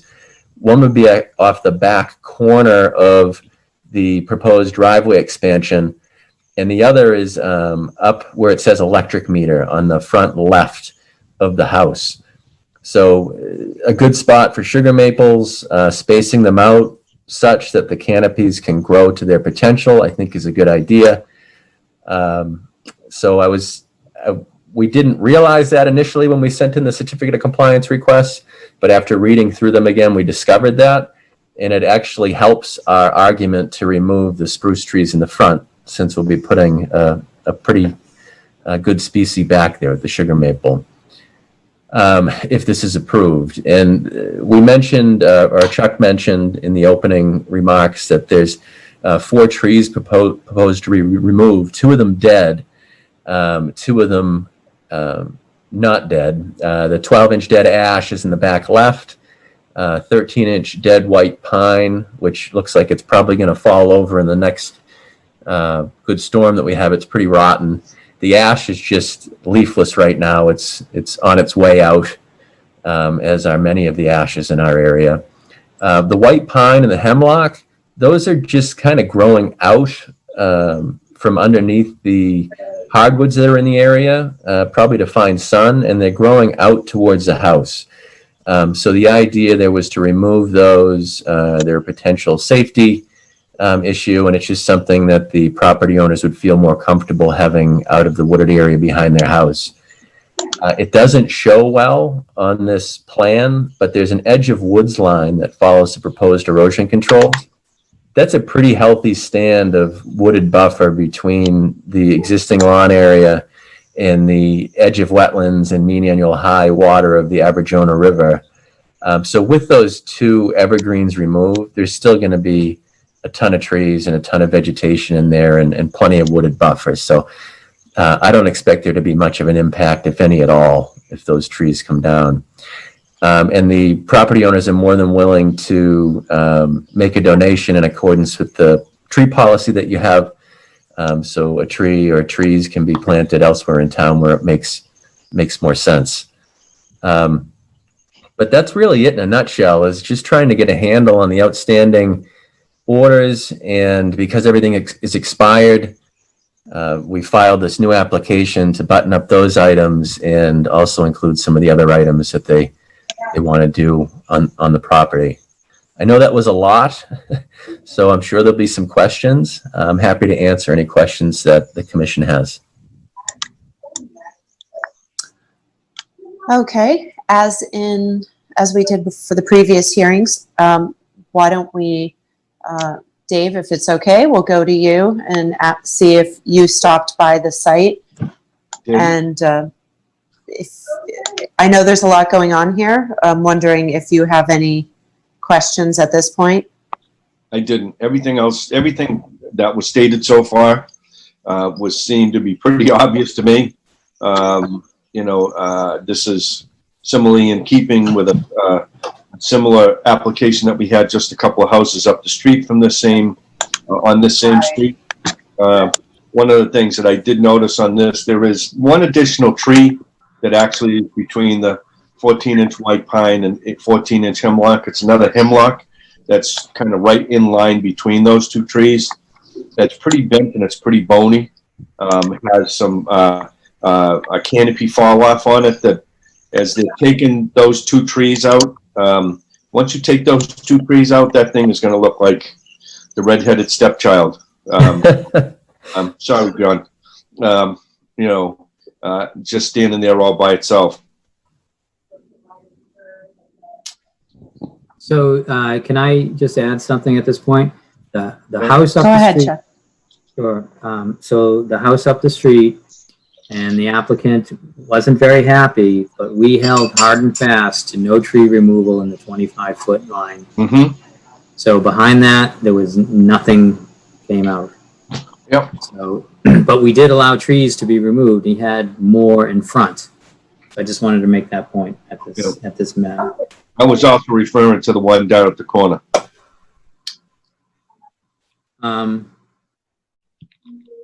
Behind the house, between the house and the wetland The line. old, We approved taking trees out, pine trees out that were inside the 25-foot line. so the only ones I know is 113 Arcadia, and then the one, and I can't think of the address. Maybe it was like 50 something. Oh, this is 50 something. And every lot really needs to be looked Nothing at came out in the 25-foot. on its own too. And as I mentioned before, there are a ton of trees that are going to remain, mainly hardwoods, mainly healthy trees, a predominance of shrubs, very, very vegetated, wooded buffer. So this won't look thin at all without these trees there. Okay, I want to move on to Martha. Martha, did you get a chance to visit the site? And do you have any questions for me? The site, I have more of a comment than a question. That vegetated edge that Greg is describing is pretty heavily bittersweet and multiflora rose. There's a Norway maple in there. There are some raspberries. And there's one place where the bittersweet had climbed up a tree and someone has cut it off, I don't know, 20 feet in the air, and the vines were a couple of inches in diameter. So there is quite a bit of invasive species in among that edge of woods natural vegetation zone. So just when we're thinking about that area,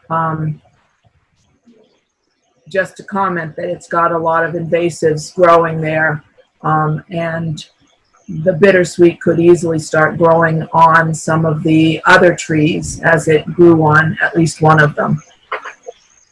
That's all. Thank you, Martha. John, do you have any questions or comments? No questions from me. Okay. Nicola, do you have any questions or comments? I just wanted to confirm that it says it to be removed on the 14-inch white pine and hemlock. Was there any consideration given to topping either of those trees instead? The hemlock is closer to the the edge of the vegetation, and you could see how that would be a bit unsightly perhaps to leave that there top. But the one further back, a white pine, would probably quickly be consumed by the other vegetation there to leave that one in place. So just wondering if that was considered. No, we didn't talk about that with my clients. They just assume remove them. They're more than willing to keep the stumps, but we didn't talk about how high up they were willing to leave.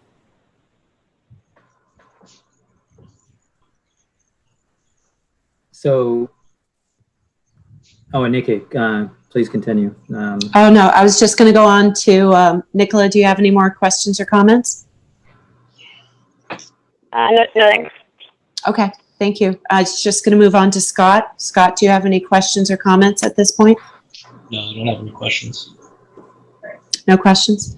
Okay, I'm going to just jump in myself. I do have some questions about this project. I wanted to get a better understanding from the applicant of what has been done to meet the previous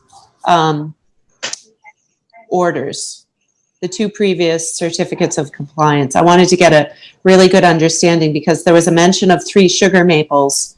However, they're not shown on the plan, yet it sounds like they're still existing. So I'm still trying to understand, like, what are we seeing on the plan that brings it into compliance with the previous orders, and what has been done to address the previous notices?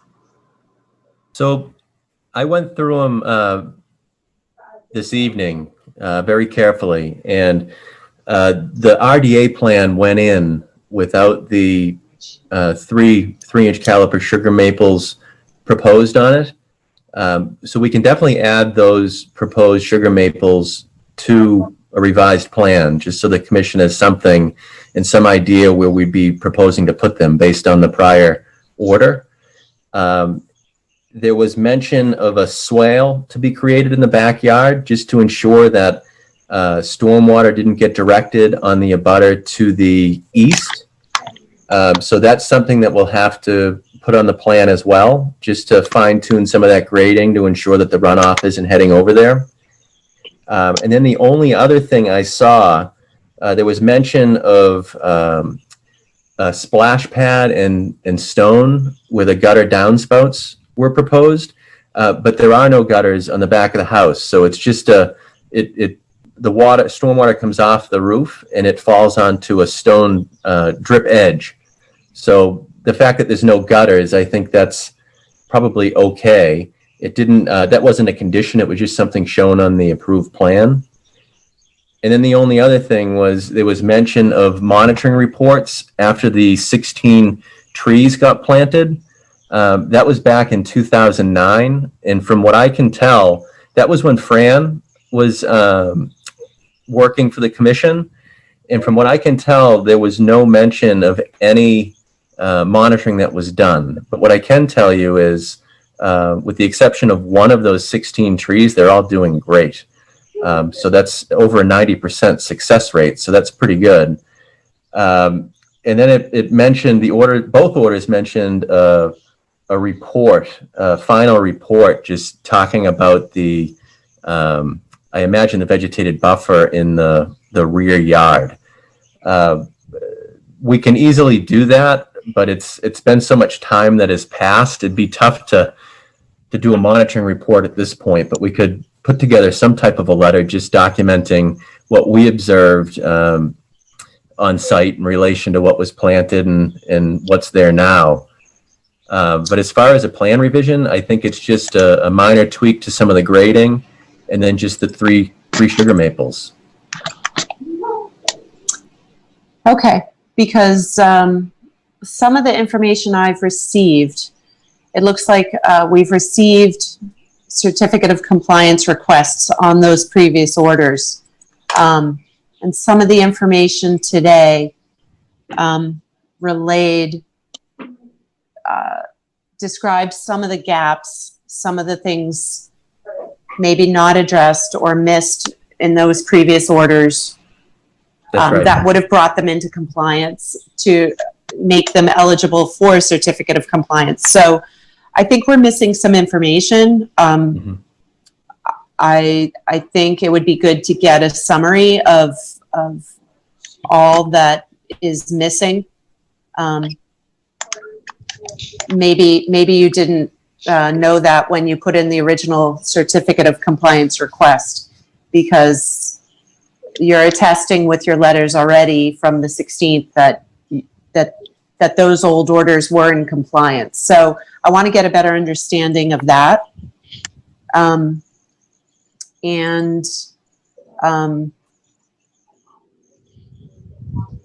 I also had a question about the riverfront area, and how the cutting down of trees is gonna affect that, because we are within riverfront. We're Right. within the 100-foot. We're within the 200-foot. I think kind of consistent with what we've done before and with what you've seen on earlier hearings tonight. If trees are going to get cut down, it can't just all be replaced with shrubs. We'd like to see some trees as well replanted. So I have a lot more questions about how the habitat is going to be maintained to be protective of the resource. And I heard Martha talk about invasive plants. So maybe something can be done on that front. Right. To respond to your first point about the certificate of compliance requests coming in, I agree that, based on the new information that we discovered after taking a closer look at the orders, I think it would be premature for the commission to act on those. And perhaps it makes sense to table those requests for now, until the additional work is done to ensure that the orders are actually in compliance. And that would involve the planting of the 3 sugar maples and the grading of the backyard, and then the submittal of a riverfront report, I think is what it was called. The problem we have is we can't do that work because everything's expired. So if the RDA is approved, we could add that work to this plan, and hopefully, once that work's done and everything's stabilized, come back to the commission with a certificate of compliance request for those outstanding items. The only other option, I think, would be if an enforcement order was issued. We could call it a friendly enforcement order, to serve as a mechanism to allow those outstanding activities to happen. I think the only problem is, because it does involve machines and grading and erosion controls, 3-inch caliper trees are pretty big, so that's going to have to be installed with a machine too. I'm not sure an enforcement order would be the best mechanism for the allowance of that work and those activities. I can talk to the client about possibly putting in some additional plantings or not taking the entire trees. But habitat-wise, I think we'll be able to come up with a solution or something that we can show the commission that will make everyone comfortable that taking down these 2 trees isn't going to be detrimental to the resource area or the ability of the riverfront area to protect the interests in the act or your regulations.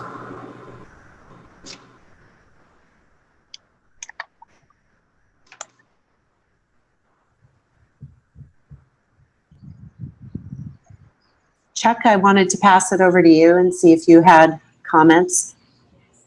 Sure. Yeah, I had a few comments. So I'm counting that there's 7 trees coming out and 3 replacement trees.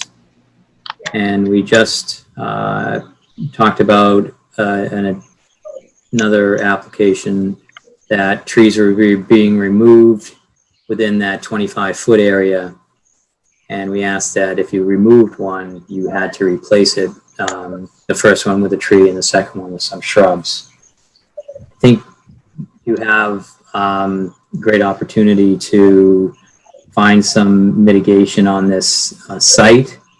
I think that maybe some monitoring for invasives and maybe some initial removal on the property would be a good idea. And then I think any of those past reports, in my opinion, on trees that have been planted for so long, and that riverfront report, I'm not sure if that's needed anymore. Because if we ask for trees and shrubs to be planted now, we're asking for monitoring reports on those. So it doesn't make any sense to go backwards, and if they're going to spend their money, they might as well spend it on what we're asking from them to plant, other than this 2009 orders. So invasive removal, planting within the 25-foot line if you're going to remove both of those trees. Never mind about the splash pads, and add the swale and the sugar maples, and I'm just wondering about the additional 4 trees, and if there would be a spot for those, and if there's not, that's why I mentioned, the invasive removal and then the monitoring for that. And the way the commission works, the tree policy stands alone. It's not really incorporated into notices of intent. The commission has it in the back of their mind, but under a notice of intent, they typically want to replace the habitat for the trees. So there's no, most important thing to say is that there's no amount that has been set, maximum amount for homeowners coming in with a notice of intent to remove trees. So that's what, and I think you're over the amount of 4, because you have an amount of 7 altogether. So the commission could decide if the $500 would be enough to replace those 4 trees and then just replant the 3 sugar maples, or if they wanted to mix that up somehow. So those are my comments. But I do think we should see some of these things on the plans, and everyone, look at this again at the next meeting.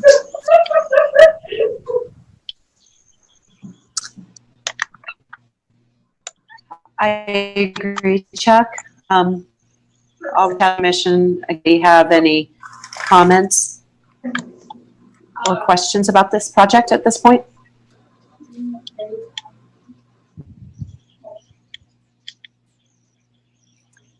Okay, hearing none. Chuck, should we open it to the public? Sure. All right, if there's any members of the public who want to make a comment or have a question, please raise your hand. We will add you to the hearing.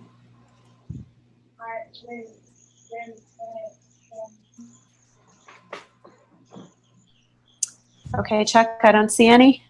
Sure. So I just wanted to, I know that Greg asked us to have us close on the RDA tonight, so some work could be done. So I wanted to ask if they had scheduled work with someone, or does that process still need to happen? Because we'd really only be talking about the next 2 weeks. We're meeting every 2 weeks at this point. No, and thank you for asking that, Chuck. No, nothing's been scheduled, and it won't take us long to make these revisions to the plan. We fully expect to be able to get revised information and plans back to the commission within a week, which would give you plenty of time, hopefully, to review it prior to the next hearing. It's just, right now everybody's looking in their backyard, thinking of all the things that they want to do. So everybody's anxious to button this up and get everything going. Mainly the tree work and the grading. Eric's on the call too. I don't know if you have anything to add, Eric. I guess the only question I have, I think that all the points that the board members made this evening, completely reasonable. I guess the only thing that might be helpful for us, Greg, and I don't know if the board would be willing to do it, but maybe just get like an informal sense of which way they're leaning with, balancing the removal versus the replanting versus the contribution to the shade tree, just so that you and I can kind of finalize the plan so that, we don't come back in 2 weeks, maybe with another round of questions, only because I would love to get the lawn in this autumn. And, we'll be in August next month. So, I just don't want all the landscapers to get too busy and miss out on actually having the grading done before the snow.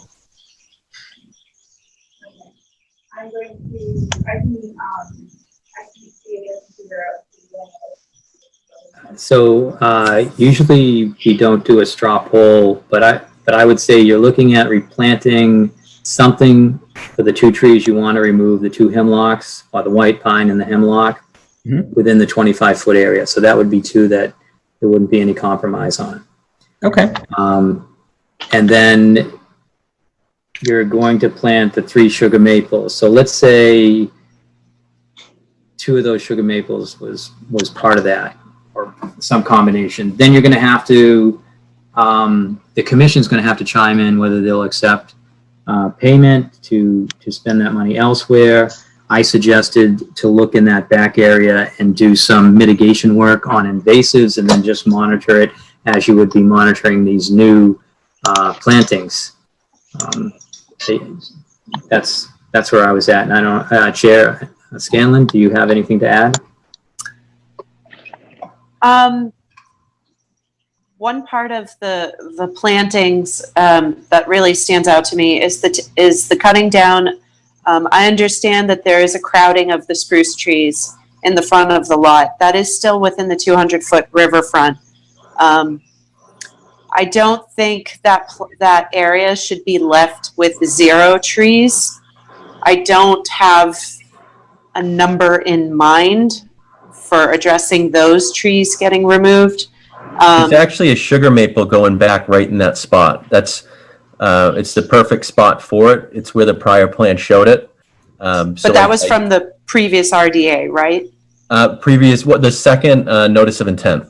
618, I think, was the number. Oh, sorry, I'm getting my acronyms confused. The previous certificate of compliance. I want to. So I guess that's part of my question of looking at this plan is, so are you saying that those 5 spruce trees in the front of the lot are part of the previous orders or not? No, there was no mention of those in the prior orders. There was a larger tree between the house and that cluster of spruce that was allowed to be removed. And the agreement was that a 3-inch caliper sugar maple would go back roughly where that tree was removed. Right. So he also made the point that Norway spruces are huge, and there's 3 planted there. So 5. There's 5. There's 5 planted there, and that's it might be too much for that area. So it's right. And I heard that point too.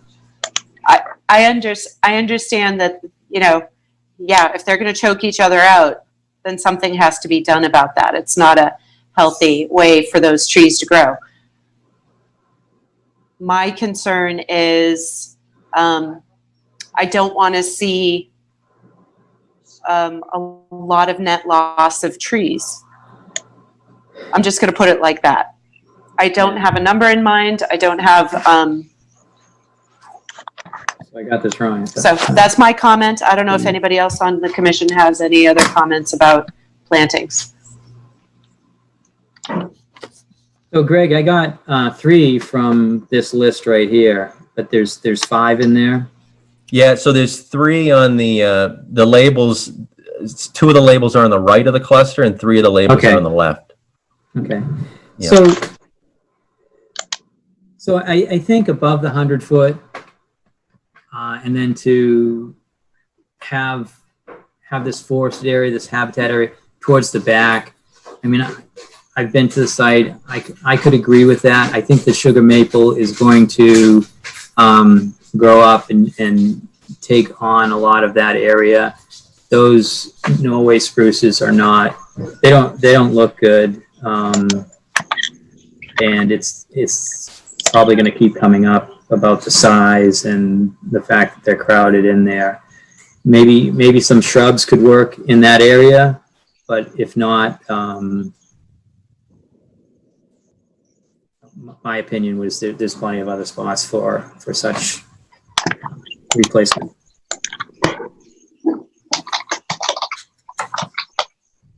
Any Okay. other comments? Yeah, Chair. I think Commissioner Moore has a comment.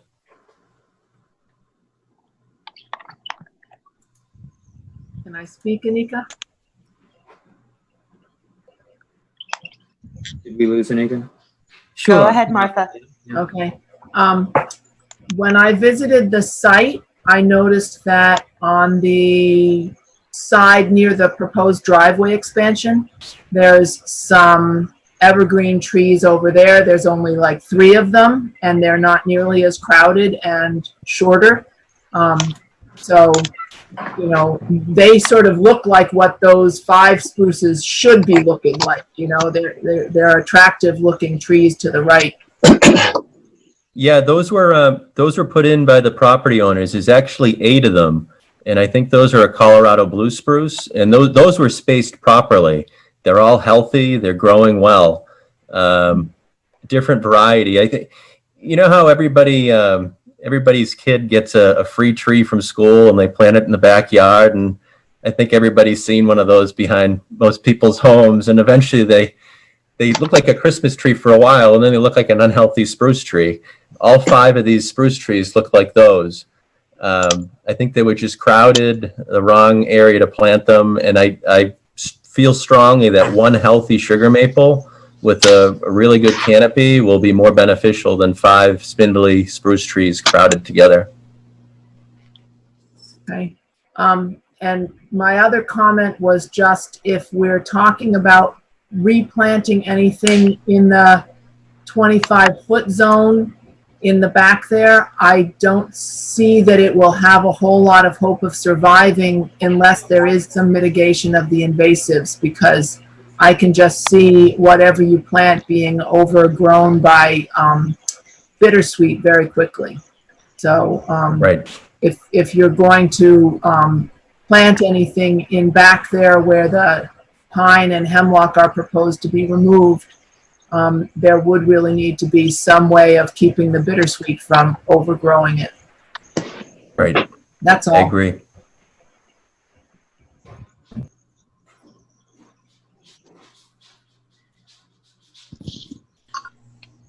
Okay.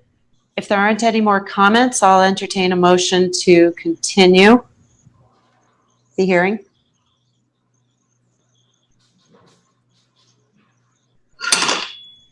I move to continue the hearing to August 12th. Is there a second? Okay. Nika Scanlon in favor. David Panett in favor. Martha Moore in favor. John Sullivan in favor. Scott? saw Keith in favor. Can you not hear me? No. I couldn't. Maybe other people could. Thank you. Sorry. Okay, Chuck?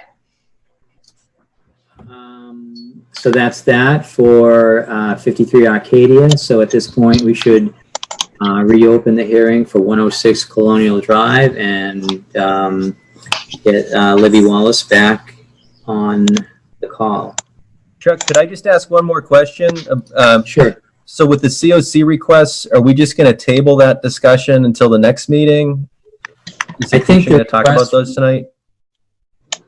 Oh, I thought you brought those up in your opening remarks, and Chair Scanlon asked for a better summary of what was conditioned and what was outstanding, and as far as that. Okay, I just wanted to make sure that you weren't going to talk about them later, because we'll leave the call as long as you're not going to talk about them. No, well, hopefully with that information we can conclude all of this on the 12th. I appreciate it. Thank you very much. Have a good night. Yeah. Thank you.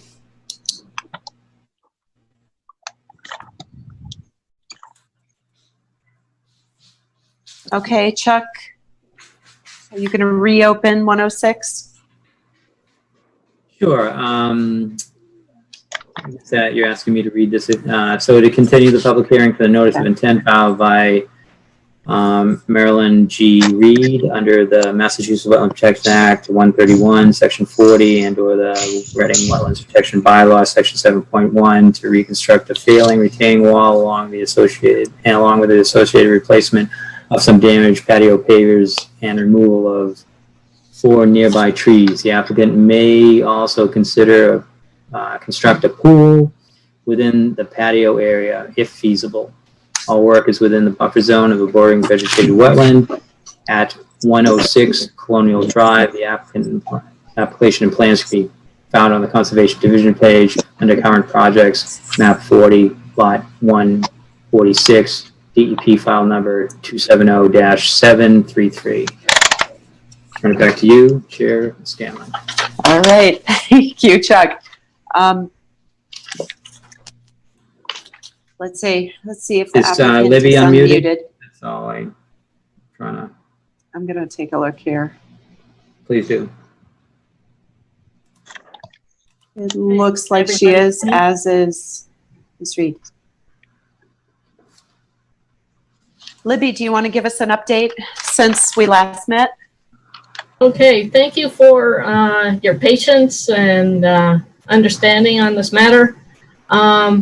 I have talked with the applicant, and she has decided to put the tree work aside for this and request you just to consider the wall and patio paver work and the pool. She also commented that she would like to keep the grass below the wall mowed so that they can play games there with the grandchildren. So the reason why it looks so naturalized back there is because she hasn't been able to get back there safely. One of the reasons being, the extent of the wall and the steep stairs. So I wanted to propose that she be able to mow that area between the wall and the proposed erosion control, maybe twice or 3 times a year, just to keep it short enough for games like croquet and similar recreation. So, she actually said that when she bought the house, that was a nice lawn back there, and it's just gotten a little worse for wear over time.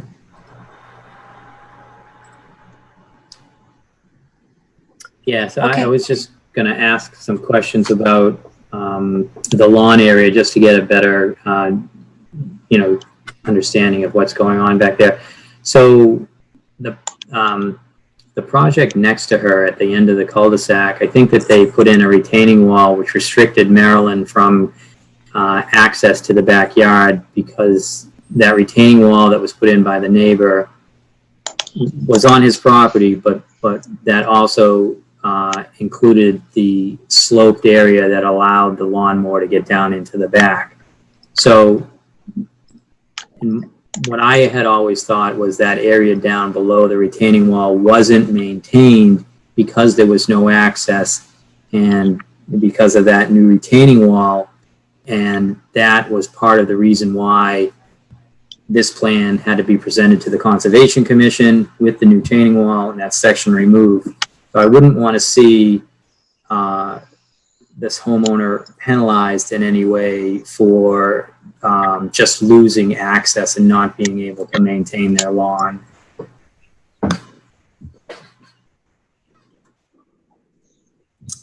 Okay, thank you, Chuck.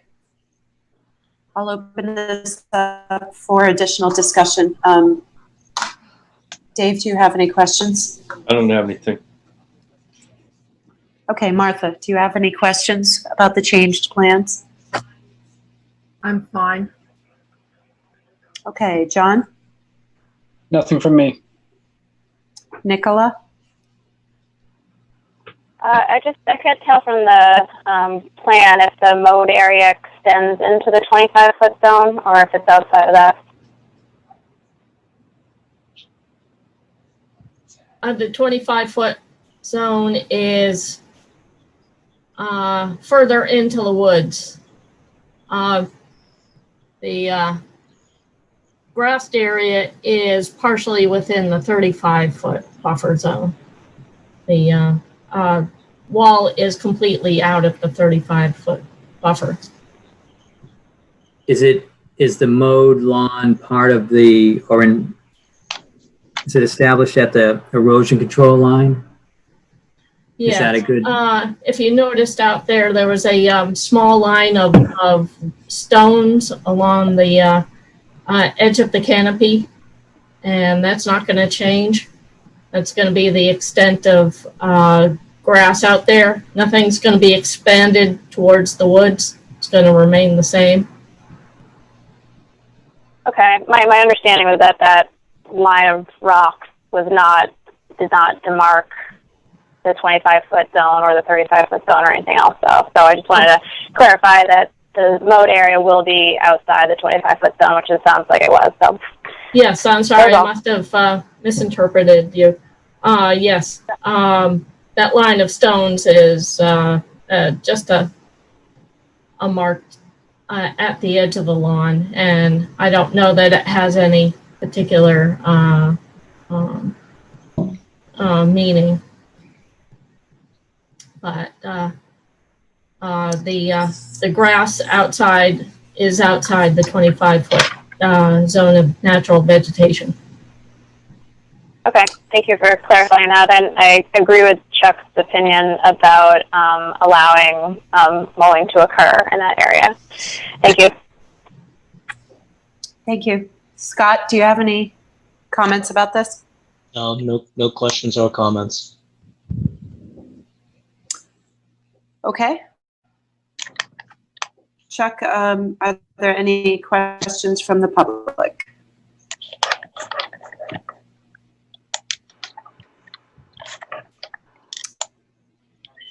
Look. Seeing none. Seeing none. Seeing none. Let's talk about next steps. Right. I think we're ready to ask for a motion. Okay, I will entertain a motion for this notice of intent. Motion to close, I believe. Do I hear a motion? I'll make a motion to close. Is there a second? I second. Okay, Anika Scanlon in favor. David Panett in favor.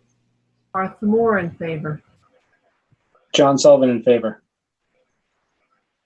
Scott? In favor. Okay, motion passes. The public hearing is closed. Chair Scanlon, could I ask the commission if they had, at this point, have any conditions they would like me to add to the notice, the order of conditions?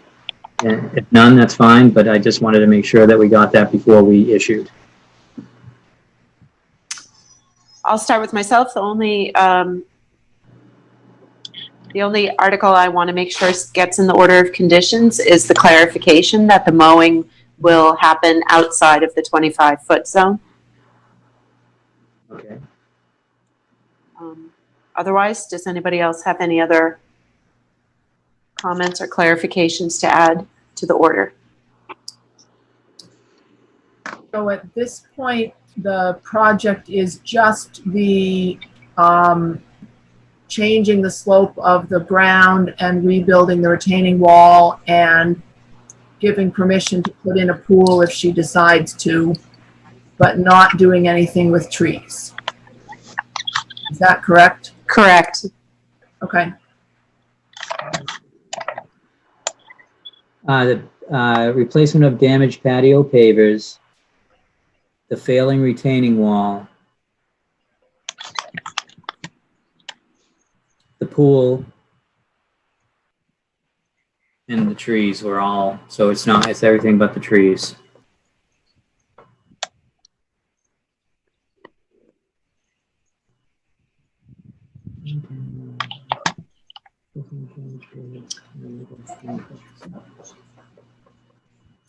Okay. So we're ready. Okay, so Chuck, we've closed it. Do you want to move on to, are there any questions to wrap this up, or should we No, move on to old new business? We would like to also ask for a motion to issue. I think that would be fine. Okay, are you We would prepared like for to- that? So unless the commission wants to discuss the order of conditions at the next meeting before we issue, that would be my only comment. So if you want to leave it open so that we could discuss the order of conditions at a public meeting. I think this is pretty straightforward. Is there anybody who objects to issuing?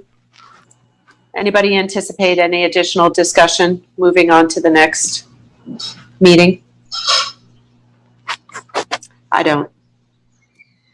I think we should just issue.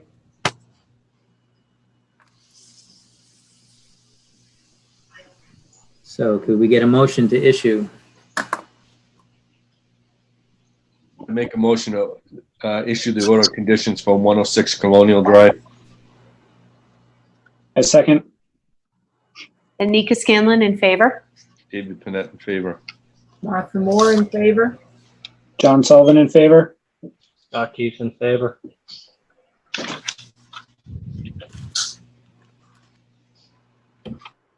Okay, we will issue the order of conditions at the next meeting. Thank you very much. Have a good evening. Thank you. You too. Thank you, Marilyn.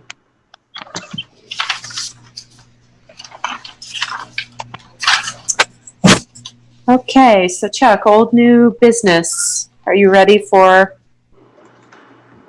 some old new business here?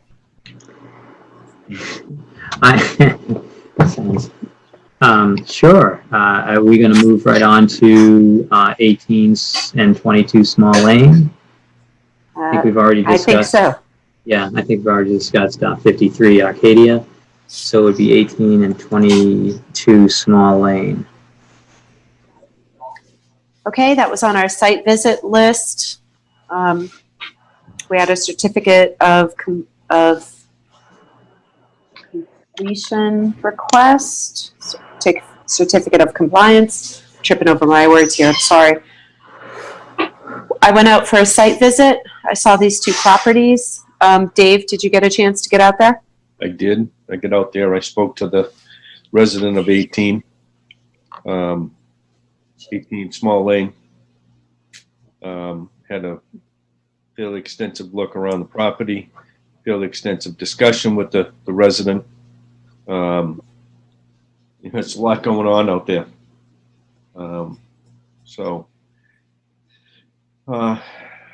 Very difficult to see what is there.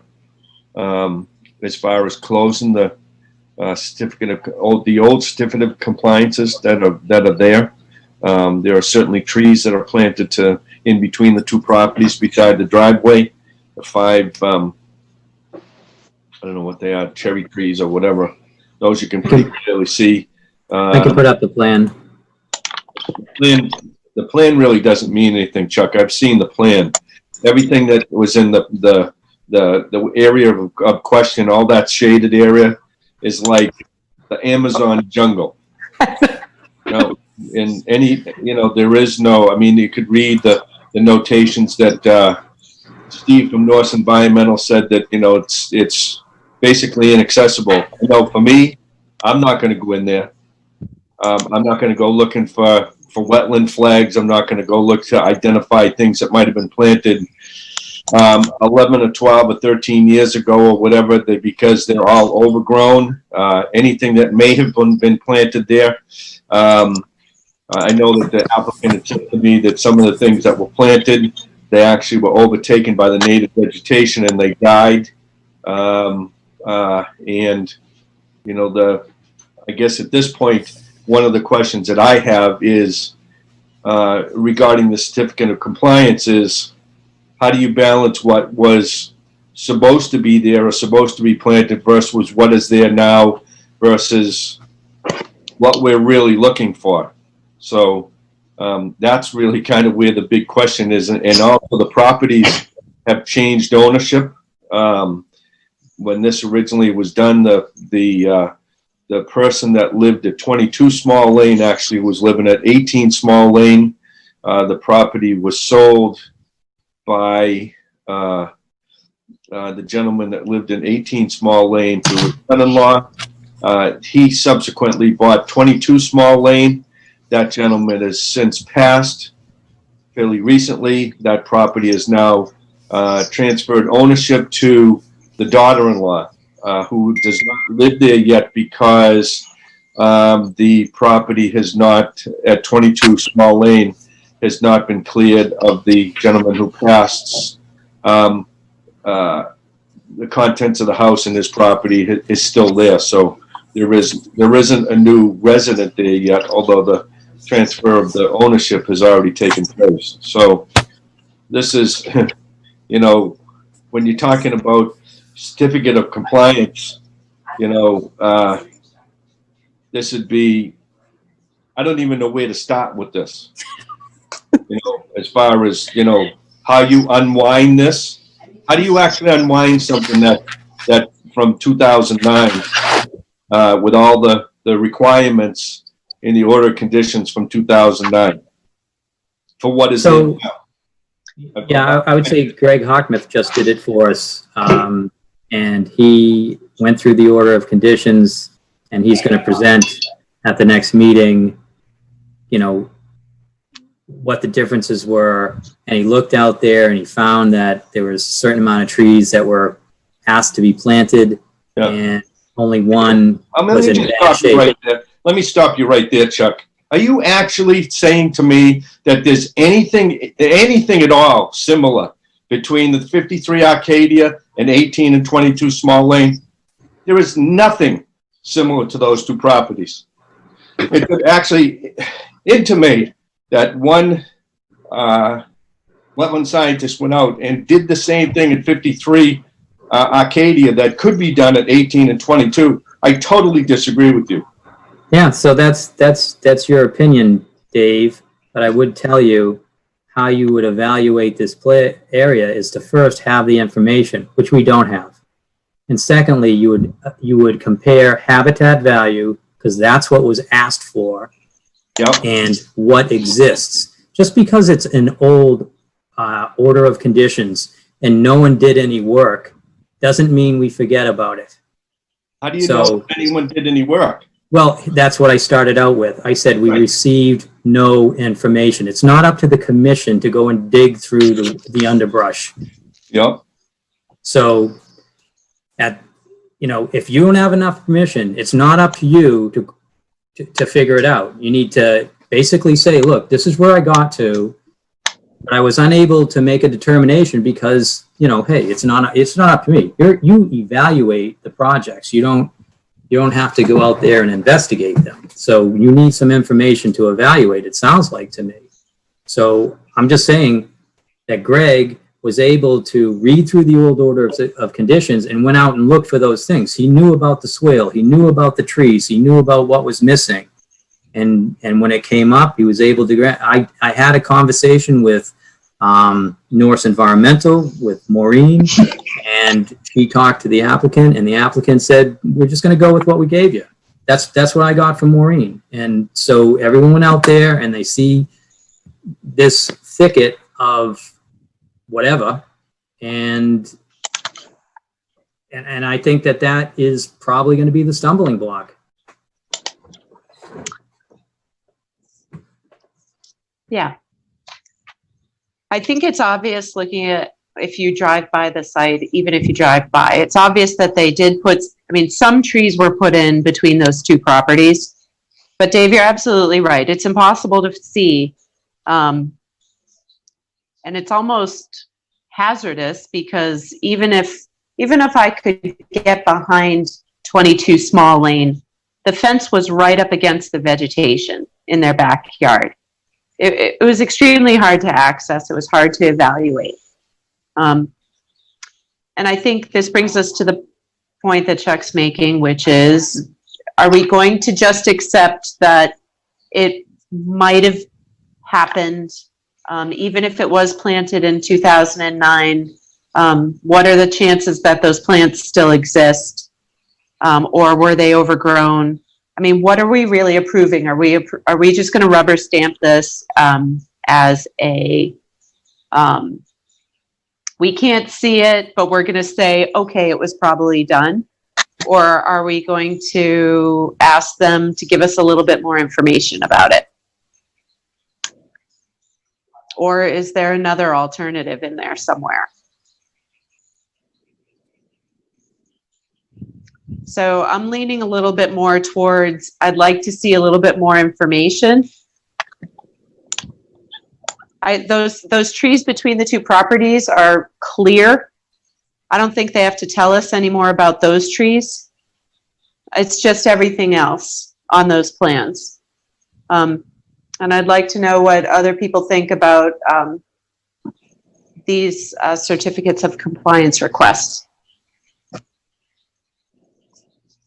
Anika? Martha? Yep, go ahead. On the 18 Small Lane request, what I read from the what was supposed to be planted there also included that they were supposed to be working to eradicate the multiflora rose, and we may not be able to tell whether the other plants were planted, but there certainly is still multiflora rose there. I even if I gave them the benefit of the doubt and said the green ash and the dogwood and the chokeberry and the high bush blueberry were planted, the multiflora rose has come back. That's okay. One thing to think about. And I did see some red maples at 22 Small Lane, but I don't know whether they were the ones that were called for in the plan or just happened to be red maples that were there.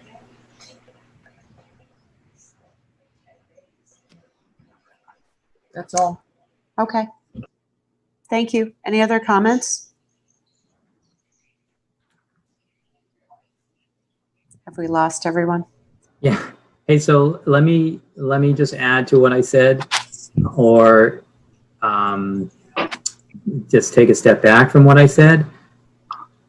I think it's perfectly okay if there's equivalent habitat value out there that voluntarily grew in on its own. But we don't have a report telling us that, and it sounds like there's an awful lot of invasives out there too. So that wouldn't be helpful for habitat value just based on what the MO of invasives are. So, that's where I mean, just if there's a maple out there, if there's some native trees out there, and we got lucky and they all grew in, there's 80% coverage on natives, and the habitat value is equivalent, and that's great. But we don't have a report from Norris Environmental stating that. And there's no plan to remove the invasives, which probably can't be there. Okay. So at this point, So just so you know that one of the homeowners is on the call, and I think he's unmuted. Yep, I'm here. Yeah. Uh, So I don't know. I don't have the video for some reason, but thanks. Yeah, is it okay if I say just a couple things real quick? Go ahead. There we go. I can start my video. Here we go. How you doing? Well, thank you for taking a look at this, and for the folks who came out to take a look at the site. So I think, just to clarify the one thing, we haven't taken a posture of like, hey, it is what it is, just deal with it. It's more, I just don't have the record. So my father-in-law and I both, worked on the plan together. We were co-applicants. As David mentioned, that, he passed last year. And so I bought a number of the trees, the Bradford pears, some of the dogwoods and other bushes and things like that, and planted them. He purchased a lot of the plantings, since I took care of the engineering part of it, and I just don't have access to his records. I've been looking through, trying to find what I could find. So, and then when we hired the engineer to evaluate it and help us submit the closeout, I mean, they had difficulty and couldn't get back through the site to verify that. So that's, I think, we lean on the experts, because I don't know how to identify what's back there. So I tried to kind of rectify it, to bring someone in to help us close it out. And I think the idea behind the plan initially was to restore the area. And I feel like between what we've planted and what has grown naturally, it does seem to be fully restored. And I get your point that you want to make sure it's done the right way, but I don't know how to do that, because I hired the environmental person to try to, provide verification, and they found it extremely difficult. I mean, for those who were here, they saw how dense vegetation is. So, at this point, we did plantings. I can't get receipts or whatever from 2008 on any of those things, but we do feel like the area is fully restored, which was the intent of what we were doing. So,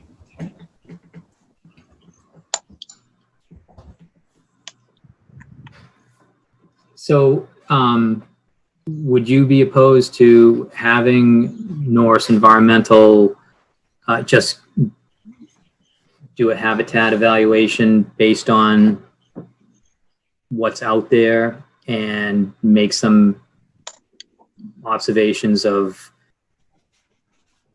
I don't know, what's been planted and, what's not been planted? And I think what I'm looking for is just an equivalent habitat value. I know that we have the shading based on everyone's opinion that it's pretty dense out there, but the habitat value and maybe the stop is the spread of some of that invasives. Now, I did talk to Maureen about that, and I just think that they wanted to find out what the commission said at this meeting. So I'm asking you if that would be something, a step that you would consider. Yeah, I mean, I think whatever we need to do to try to get it closed out, I would like to try to do. I just, again, default to, the environmental company that we hired, and, they couldn't get back there. I guess if they could get back there and do some identifying, if that's what's needed, then we can pay them more to come back and do that. I just, you know, I guess I'm trying to understand, and I think I'm getting the picture that, you know, I was hoping that it could be evaluated as, was the area restored? You know, if we need to provide further verification, then I guess we'll do what we need to do. It's just, yeah. So the original issue was this area was cleared and set up for lawn. What was the background here? No, so the background was, you know, we purchased the house and there were some danger trees. We had moved from New Hampshire. I didn't realize that we needed permits on these items. So there were 2 larger pine trees that had fallen on the fence and broken the fence 3 different times. And so I just cleared those out. And then there was a lot of trees and shrubs and things that were hanging over the fence. And so it was clearing out the area around the backyard just to kind of clean it up. And we did it in the wintertime, so it looked, you know, pretty barren when it was cut. But those, you know, those smaller trees that were cut have all come back since then. But, you know, we did the plantings after that plan was approved. So we did that in summer, fall of 2008 is when we did those. So, but it was basically, it wasn't to build anything back there or create a lawn or do anything like that. It was just to kind of push back some of the vegetation that was growing, you know, into the yard and over the fence area there. So, and some of the vegetation was, or trees were between the 2 houses, and those were taken out, and the Bradford pears were planted there in its place. So Why was so much area requested for a couple of pine trees and some clearing? Sounded like it was, I've been to other sites around Reading where constantly shrubs and invasives kind of grow underneath the fence, and other homeowners have just, you know, cleared that out or work on it every day or put down mats. This seems like, you know, when I look at this plan, I would have thought that it had to do with extending the lawn, grading, and things like that. How did this plan come about?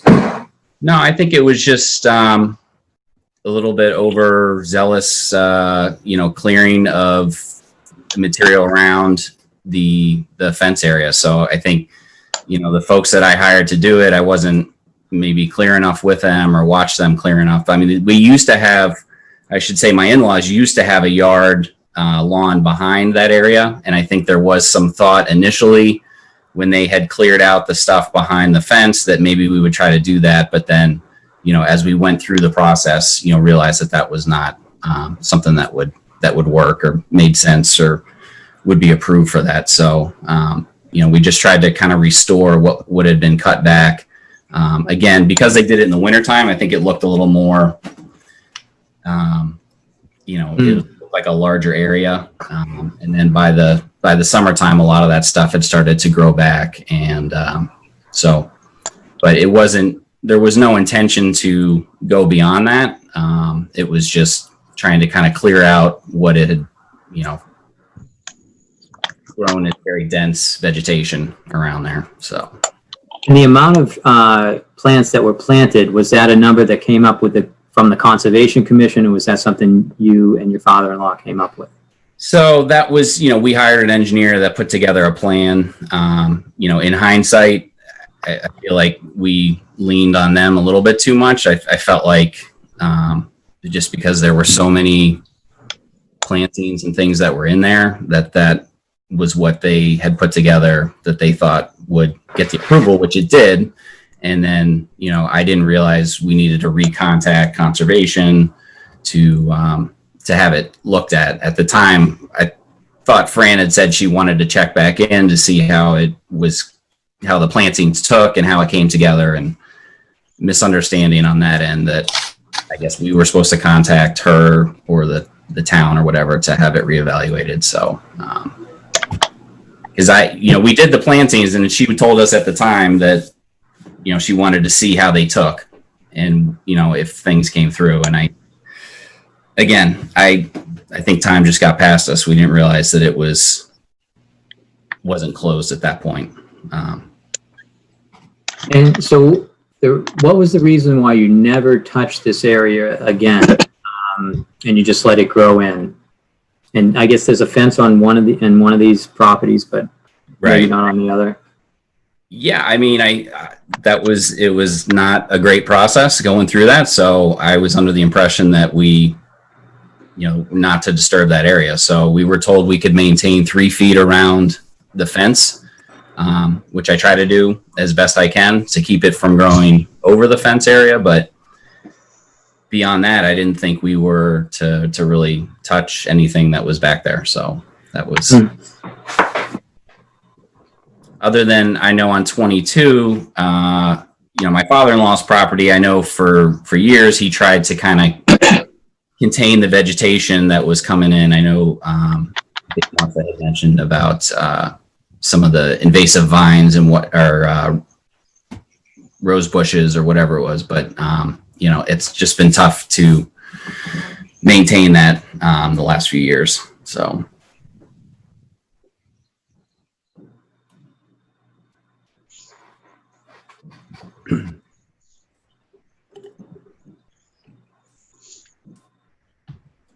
I don't have any other questions, Chair Scanlon.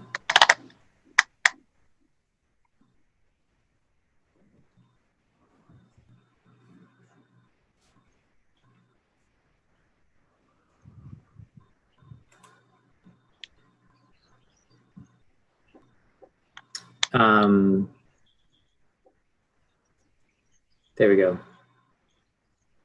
Oh, I think Anika's having some issues with her. Something going on. Anyways, let me just continue while she tries to fix her audio, I guess. She's saying something. I can't make it out. Dave, you got anything? Yeah. Well, until she comes back, I talked with the homeowner at 18, and he's got a dead ash that's at the corner of his rear lot. That's a dangerous tree. It's dead. It's got no vegetation on it, no greenery on it whatsoever. It's hanging over his shed in his pool area.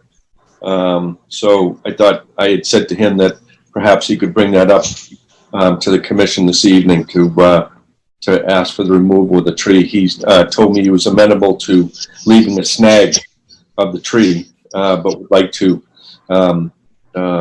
remove the overstory for safety reasons.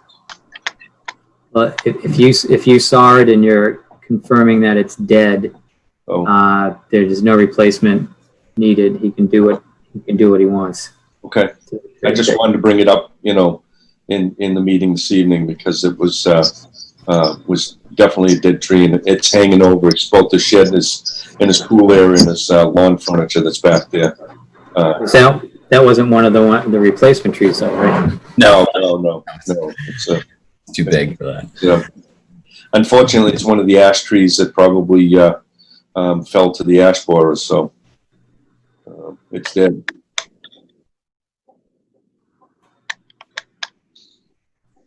So, Anika, you back on? Yeah, sorry, I had a technical difficulty here. Chaka, just thinking about this, just sort of thinking this through. Okay. So if the applicant did all the plantings as requested back in 2009, 2008 era, as Martha said, there was a requirement to also keep up with the multiflora rose containment. And as far as she could tell by her site visit, it doesn't appear like that was done recently, at least. Even if it was done at the beginning, it doesn't look like it's been kept up with. At the end of the day, isn't our goal here to make sure that this habitat stays healthy and protective of the protections, the resource area. And to that effect, would something like a invasive, at least the multiflora rose, shouldn't addressing that be sort of the next step? Because you were proposing an overall general habitat evaluation, and maybe that is the right next step. I'm just thinking out loud here. It's really hard. You know, this could have gone two ways. You know, either it was done or it was not done at the time. It sounds like it was. If it was done, it's grown into something that isn't good habitat now. So, you know, I'm trying to figure out how we can get this closed out and dealt with. No, I agree. I feel like if the pictures of the area once it was done or some receipts were available, you know, the only thing that happened after that is just that the I guess any of the maintenance that needed to be done wasn't taken care of, and then this is what happened. I guess I want to ask the rest of the commission if there's maintenance provisions in these in the original orders that has not been done, because that is definitely something, as Martha said, you know, that was visible to her. So if I would rather have the effort be put into reducing the invasive species out there than figuring out if this habitat is acceptable or not. That's my take on this. I don't know what other commission members think about this. There's a couple of ways of looking at this. One of the ways to look at it is, from what the gentleman told me, is he understood that once he planted this, that he wasn't supposed to go back in there, and was only supposed to maintain a buffer area 3 feet around his fence. And if his understanding is that he wasn't supposed to go back and do anything in that area, and that's what he's done, and it grew into this jungle, we'd have to look at exactly what it says in his order of conditions in order to, I guess, see where we need to proceed now. You know, if they did rebate the multiflora rose back at that time, and he didn't go in that area as he was instructed to, how can we really hold him accountable for rebating the multiflora rose now? So I only briefly reviewed the orders of the conditions. They were provided. So I would have to say that's probably the answer. If it doesn't have a provision to monitor for invasives or some comment about invasives and it says stay out of the area, then I mean, that's what we have to fall back on, not someone's perception. It just happens all the time that, you know, people have different ideas of what comes out of a meeting, and that's why we have it written down. We have it on the plan. Yeah. But again, yeah, we should look. I mean, it does seem like, I mean, I understand the story. I believe the story, but that's a mess out there right now. And yeah, maybe just to read the orders of conditions might be a good idea and find out what in fact they asked the homeowners to do. I mean, as I look at most of this, we have most of this jungle lies is inside with the 25-foot buffer. And we tell people that's like the demilitarized zone. Don't go in there, don't touch it. You know, yeah, but yes, but no, also at the same time. Like Yeah. if someone did this and they were in the 25 foot, we would say replant it and monitor it for invasives.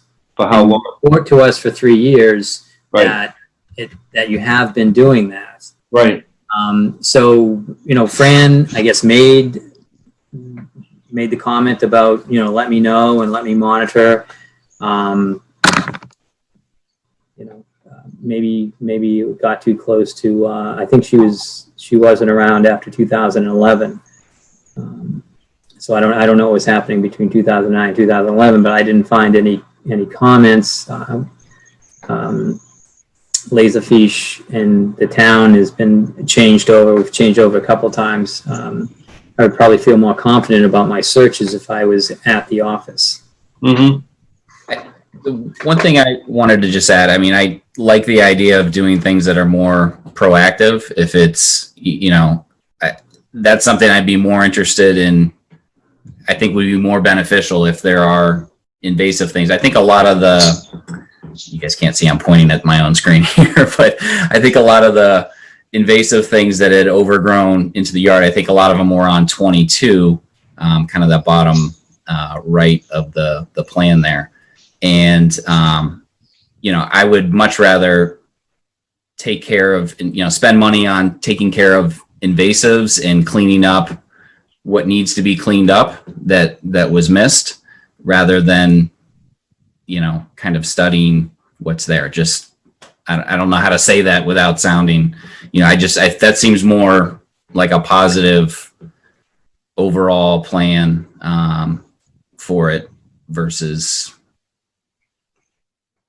and again, whatever we need to do to get through that. But if, I guess, there were a number of items on the order of conditions, and I guess that's something that, I know my father-in-law tried. I tried to help him. We try to keep our property from being overgrown, but the last few years have been kind of tough with some family medical conditions. So it's just been hard to kind of keep all that stuff back. So if there's an opportunity to clean that up into what you are looking for, I would, I like that idea.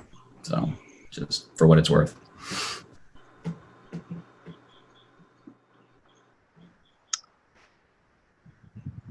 Okay, Chuck, I guess just to sort of move on with the evening, I was going to propose that, and I apologize, especially to the applicant. I did not do as thorough a reading of the original orders of the conditions, so I will do more rigorous review.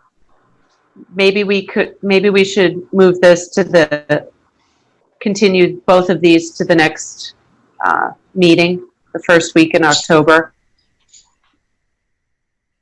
Sorry, August. August. So I could meet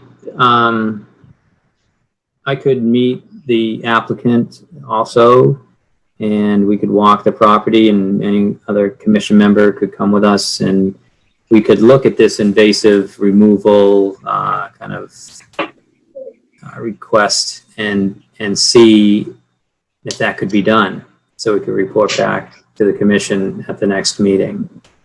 So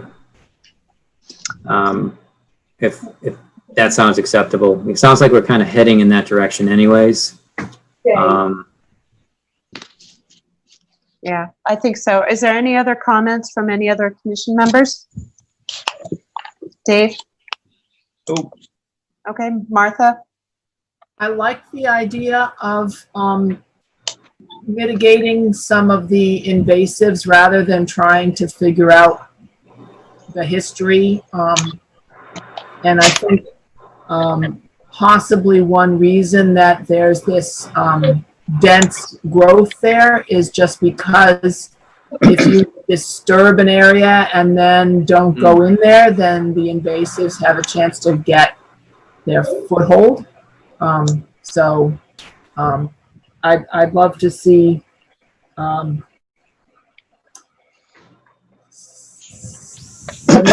Chuck go in and make a plan of what the owner can do, and I'd be happy to go along if you'd like me to. Okay, thank you. Yeah, we're gonna need somebody to, call for help from what I'm hearing, if someone goes in there. So Eric, it sounds like that's the direction we want to head in.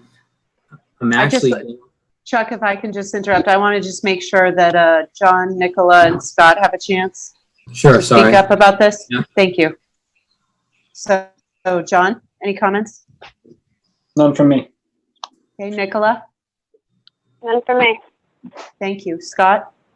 Nope. Okay, thanks, Chuck. So I'm going to Reading tomorrow. So I'm available to do this tomorrow. I don't really have a full day there, so I could add this in if people are available, or otherwise who could make time. But I'd like to do it right now since Martha wants to be part of this for next week. Tomorrow doesn't work. Okay, what time were you thinking, Chuck? Morning, I- afternoon? Probably, I have all day, but need to go to town hall. They've moved my desk again, and I have to get all this stuff out of my old spot. So I don't know how long that's going to take, but let's say I'm free at 11. So anytime after 11, but I would want to be out of town by 2:30. Okay, So anytime between 8 in the morning and 2:30 is fine, because I can do town hall the second half of the day too.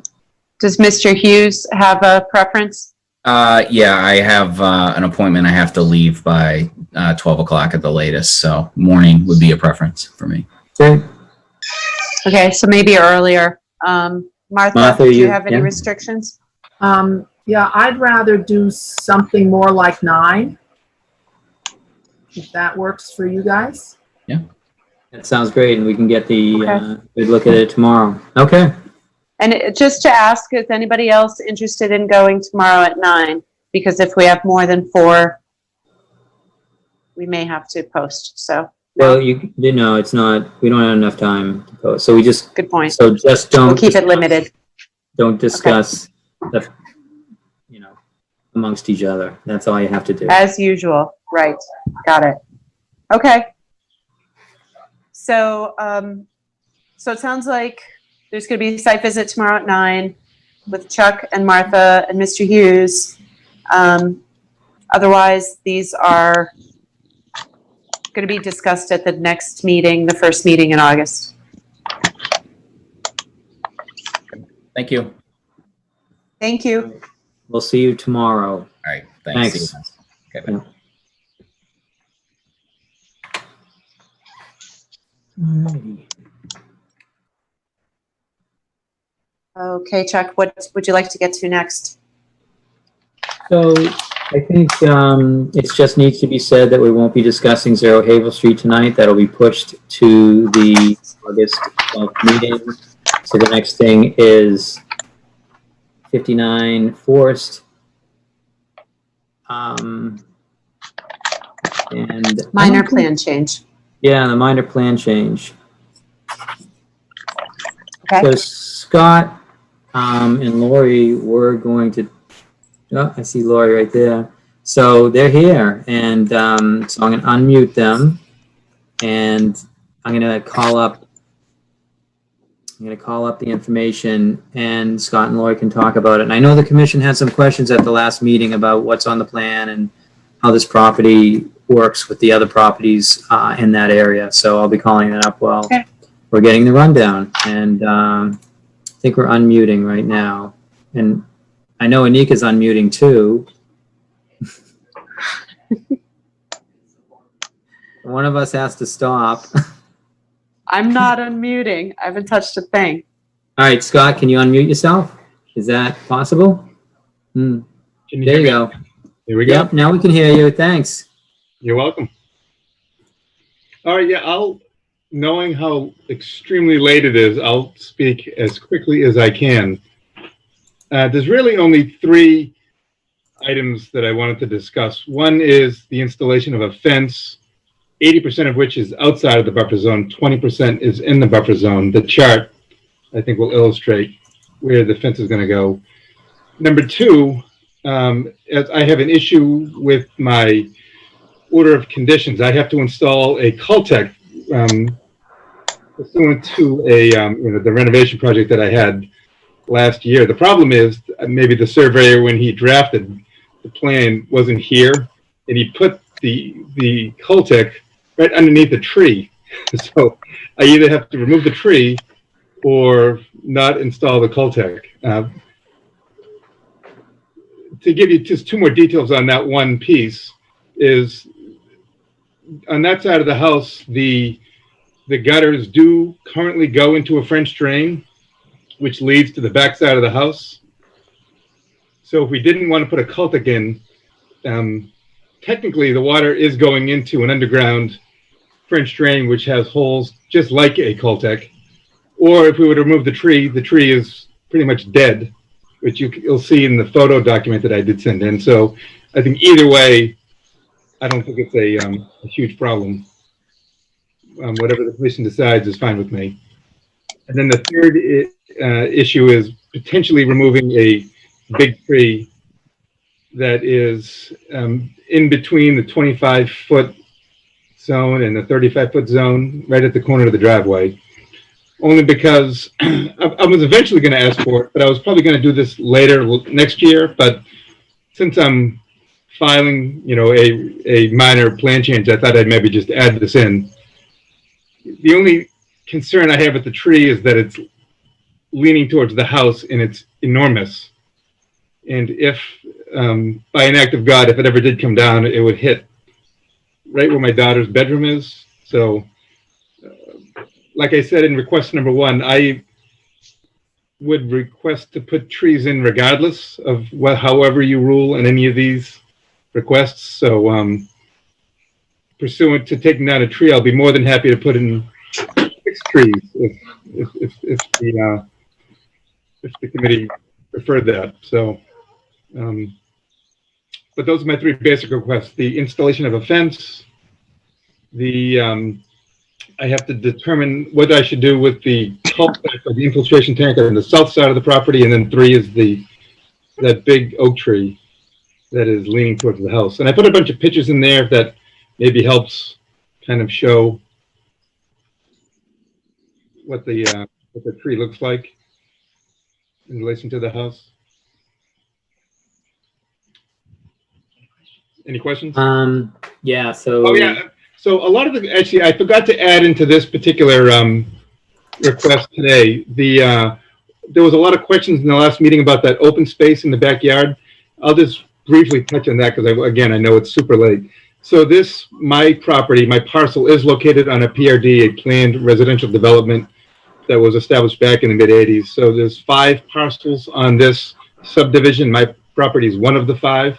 So that open space in the back of the yard is pursuant to the PRD regulations for the Reading bylaws. I can send those to you, but all it basically says is, I won't go, it's actually 20 pages long, so I won't even try to summarize it. It's kind of long, but putting a fence in won't be an issue with regards to the PRD, and I'll be filing with the town anyway. So with the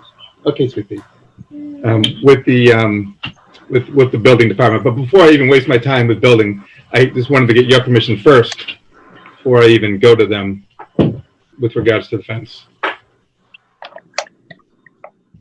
I hope that addresses the issue with the open space. That won't be any issues.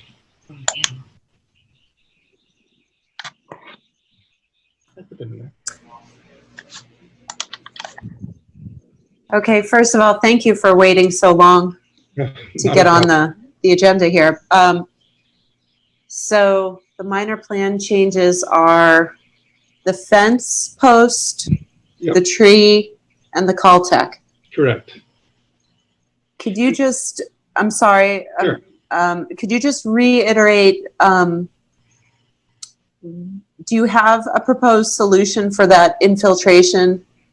Well, I mean, yeah, so we either remove the tree and then put the tank in as the plot plan suggests, or we just continue to allow the water to go into the French drain, which essentially acts identically to an infiltration tank, which is to say, so the that, for example, that picture that Chuck has up with that has the gutter going into the French drain, that leads to the rear of the house to a 6-inch pipe that has holes underneath it, and the water drains just into the ground, which is identical to an infiltration tank, which is basically just a bubble in the ground with gravel underneath it, and the water goes into the gravel. So the French drain and the infiltration tank essentially acts in a similar fashion.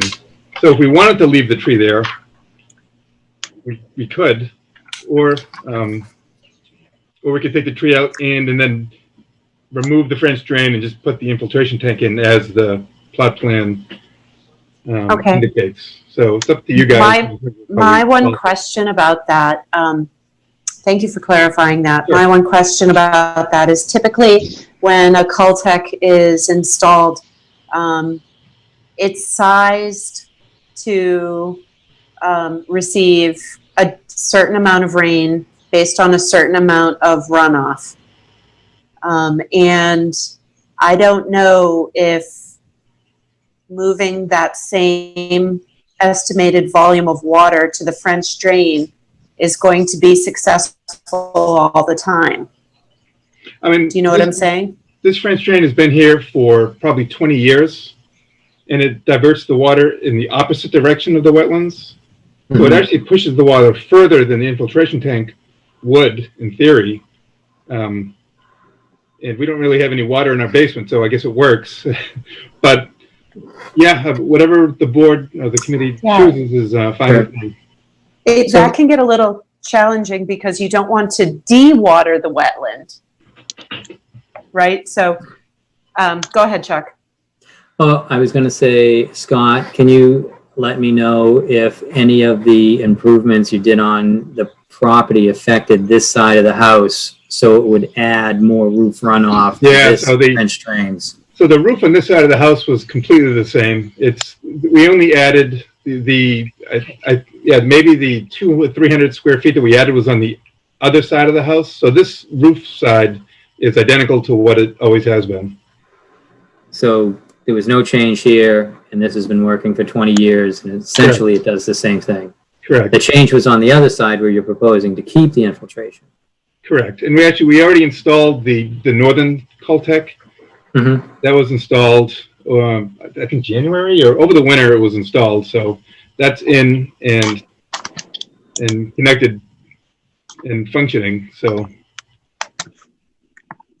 yeah, I just have to basically determine if I should remove the tree and install it or not. And instead of me making the decision, I think maybe the committee would prefer to make that decision. So yeah. So that's question. So I'm going to ask. I'm going to kind of go down the same way I've done before with the roll call order. So Dave, do you have a question about this? No, I saw the tree that was there. The tree is dead. And he said that the Cultec system that was supposed to go in there was the size for that roof. And I really don't know what the other thing is sized for. So, I mean, if it's in there now and it's working, I'm not certain why the Cultec system that was requested to be put in there was requested to be put in since there was already a French drain in there. So I can't speak to that, but I can speak to the fact that the tree that's there, if the tree needs to come out to put in the Cultec system, the tree's dead. And it was a small ornamental tree, and it's dead.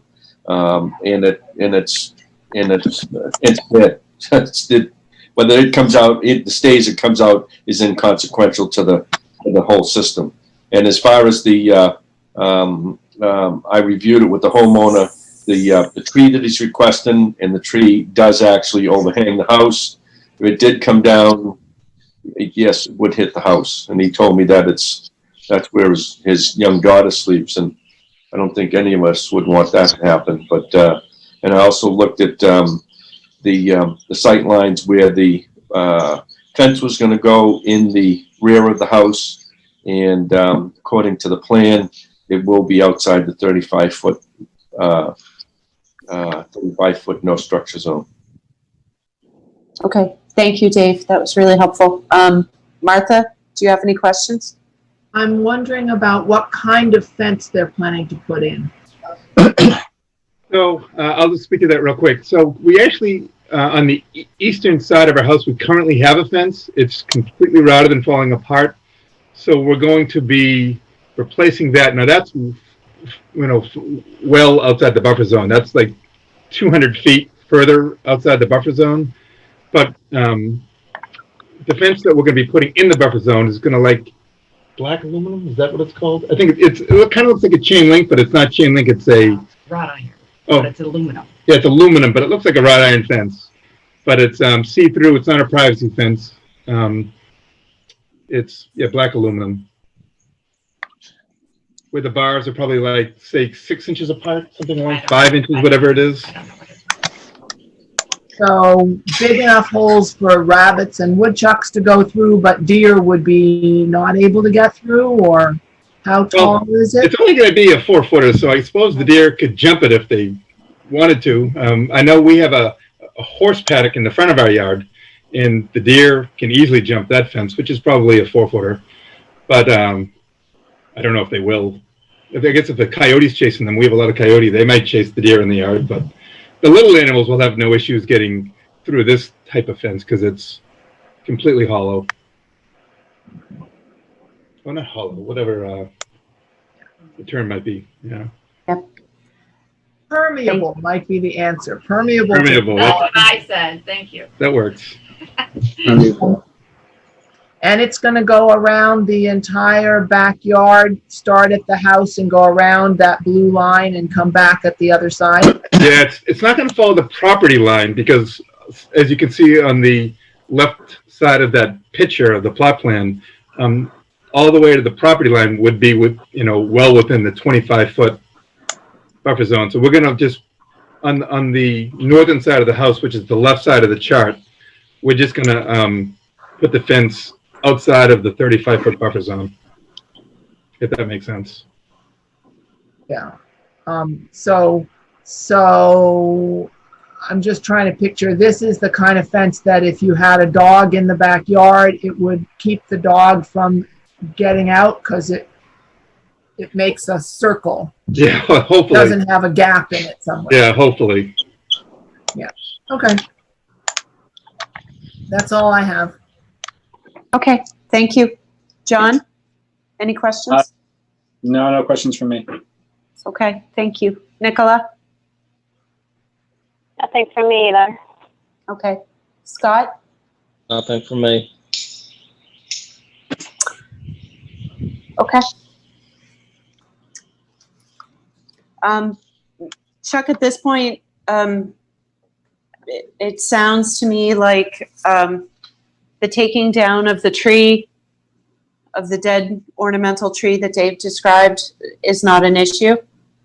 And at this point, the minor plan changes don't seem to be, with that provision, the minor plan changes seem to be in line with what's allowed as a minor plan change.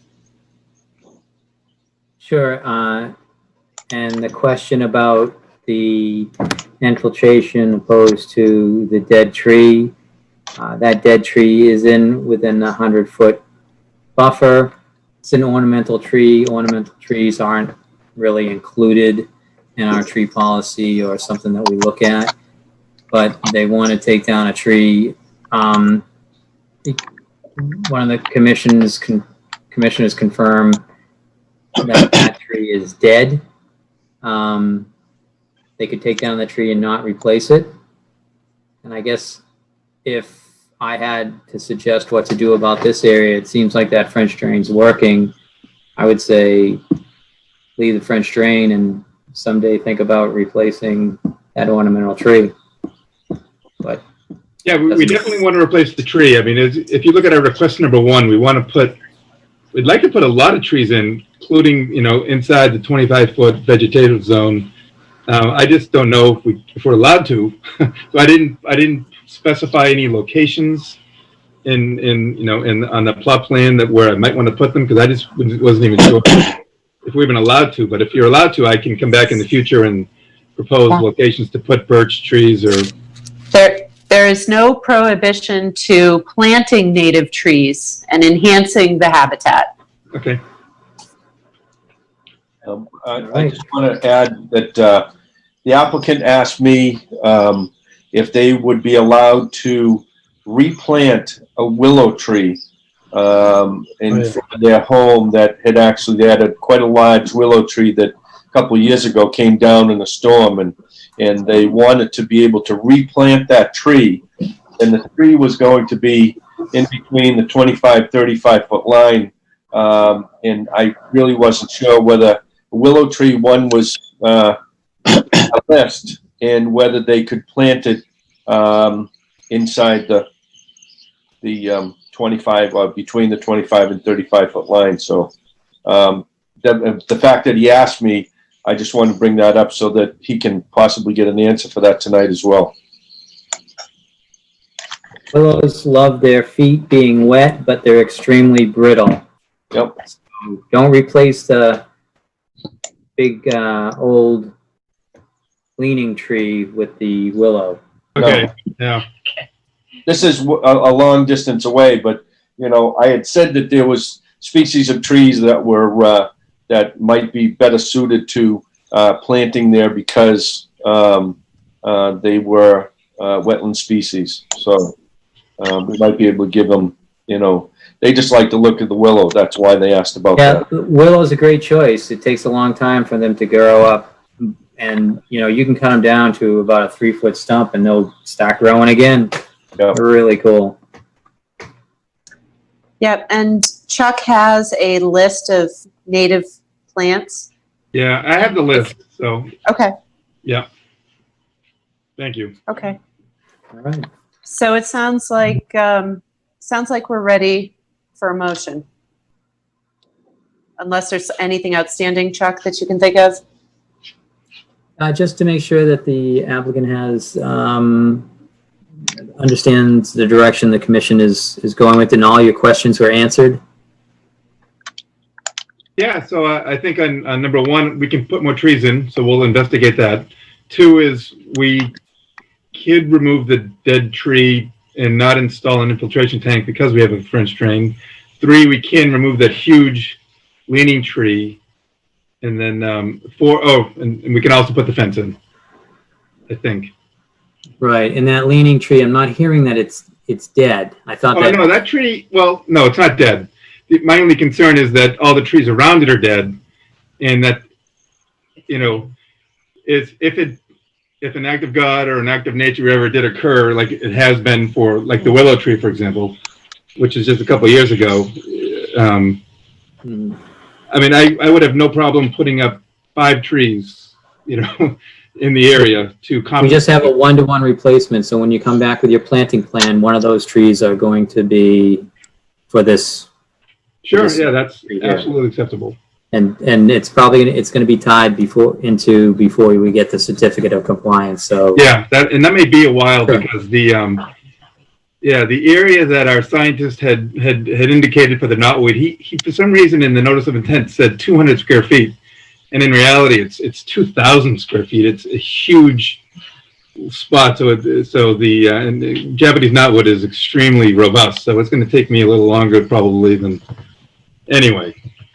Yeah. Working on it. Well, keep it up and thank you. Yeah. My wife is persistent, so she'll win in the end, I'm sure. you guys are having a ball with it, huh? That's awesome. Joy to behold. Well, the challenge is we can't use a mechanical solution. 1, because it's 2,000 square feet, although we could. But 2, if we did, we would kill a dozen trees because so you can't just come in with a truck and just muscle it out. You got to finesse it out. So anyway, Requires patience. Appreciate that. Thank you for all the effort. So is there a motion to approve the minor plan change? Make a motion to approve the minor plan change at 59 Forest Street. Is there a second? Second. Oh, Anika Scanlon in favor. David Panett in favor. Martha Moore in favor. John Sullivan in favor. Scott Keefe in favor. Okay, thank you. Thank you for your time. I know it's late, so get some Yeah, rest. thank you for staying up. Thank you. All right, so the only other thing is the, well, on old and new business, 270-0727, and that's 259 and 267 Main Street, and that's being pushed to our next meeting and will continue to be pushed until they've gone through the planning and zoning portion, and we're going to see if there's any changes they need to come back to the Conservation Commission for after they get through those boards. Okay. And we've got a couple discussion items. Discussion item on Castine Field. There was a meeting held last Thursday, I think it was Thursday. And Anika Scanlon and Mike Flynn, I know they attended the meeting. I'm not sure if anyone else did, but I was wondering if we could get a report on, because it was about, it started out about Castine Field, and Jamie Mon gave a report at the last conservation meeting telling about the significant environmental value that Castine Field offers to the riverfront area and the fact that it's a jurisdictional wetland. And I think that this was a continuation of that discussion with at least 2 members of the Conservation Commission. So Yes. turn it over to you, Anika. Okay, thank you. Yes, as Chuck said, Mike and I, Chuck was not involved on the meeting. It was a Zoom meeting like this with the Recreation Committee.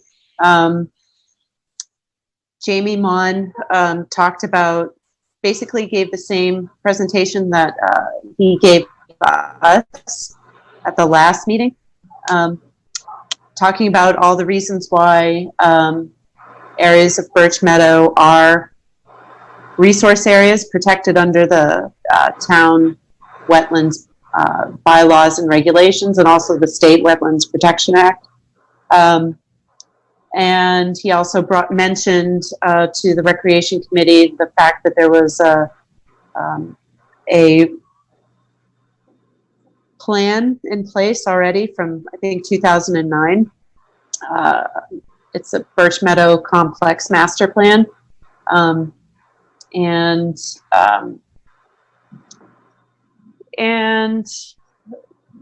there wasn't, so he put out, as I said, Jamie just basically described what he described to us, the resource area, the interested parties, and the fact that any sort of plans going forward really need to be,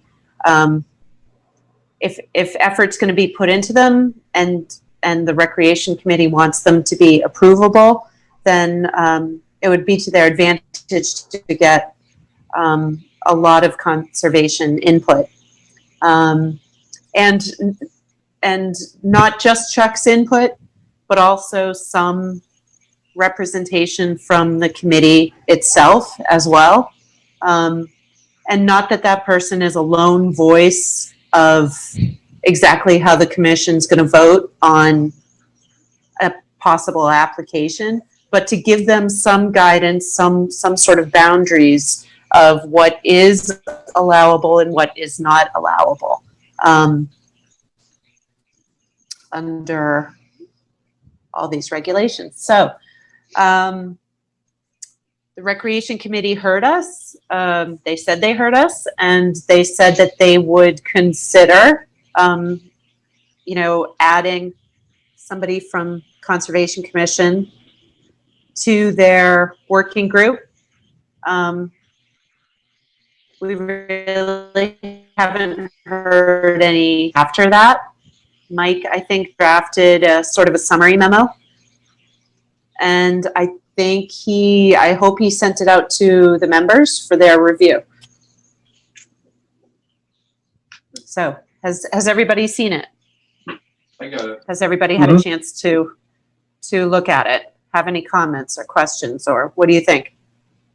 I thought it was well put. Looks good.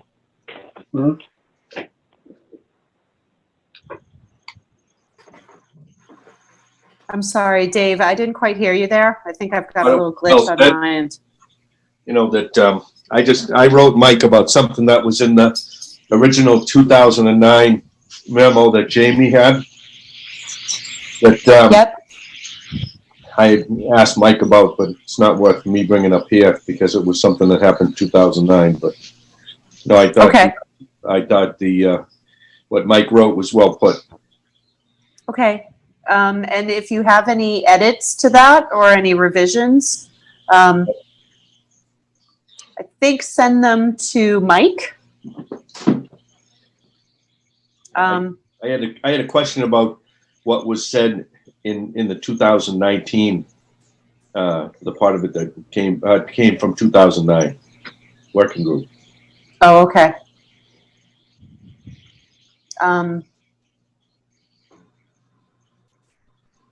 So are there any other questions? Martha, do you have any questions about this? Do people need more time to review the memo? I actually was at that meeting, that Zoom meeting as well. And Thank you. I'm sorry I left you out. No problem.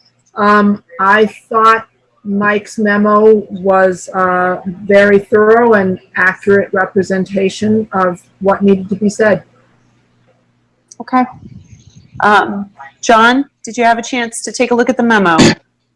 I did. I thought it was well written and thorough, and I don't have anything to add. Okay. How about you, Nicola?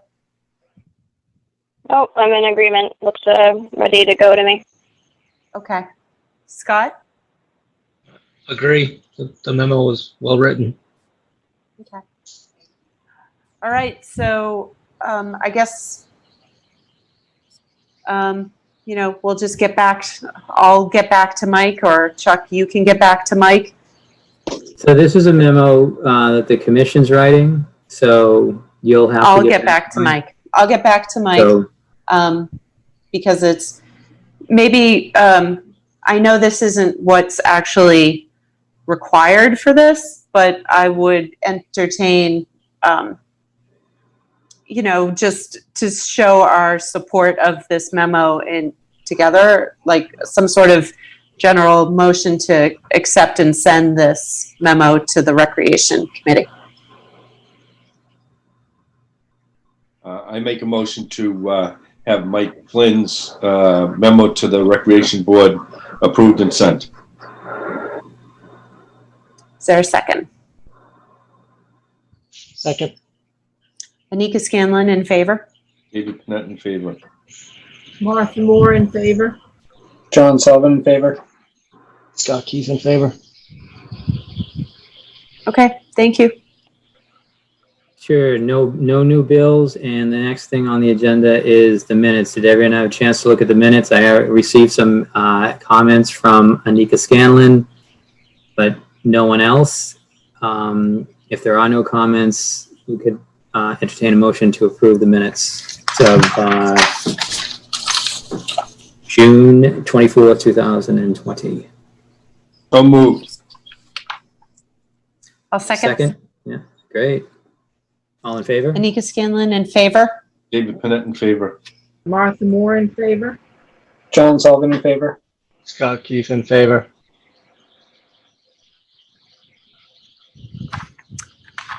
Okay. There you go. All right. Chuck, is there anything that's not written on here No. that we Just need to that discuss? our next meeting is on the 12th, and I appreciate everyone going to the site visits. It really makes the discussion and the applicants understand that the commission's really paying attention and looking at these. It actually takes a little pressure off of me too. I was away on vacation for most of the last week. I only got back Tuesday.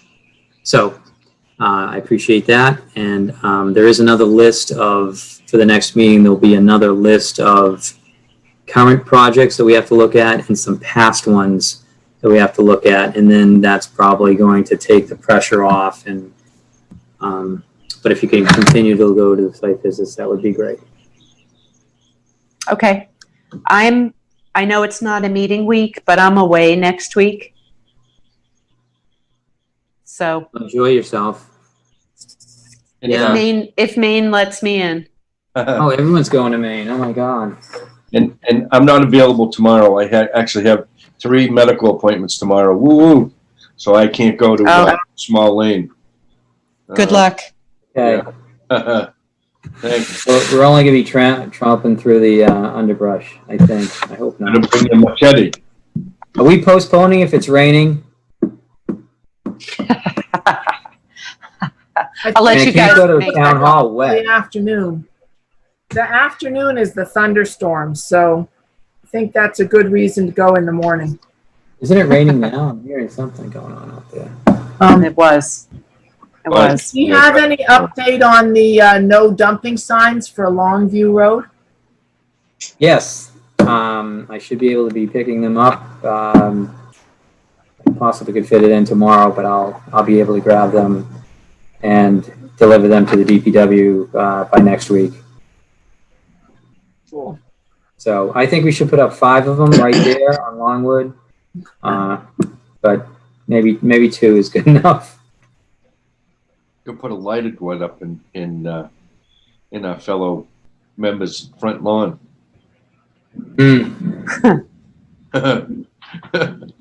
Chuck, what ended up happening at Ash Street? So my second trip out there will be tomorrow. So I work with Alex a lot, the town stormwater engineer, Alex Rozicki, and he typically kind of follows through on his projects. So there on the Ash Street, I do believe I sent this to everybody, but there was a lot of sediment blocking the just the culvert, and they wanted to take it out.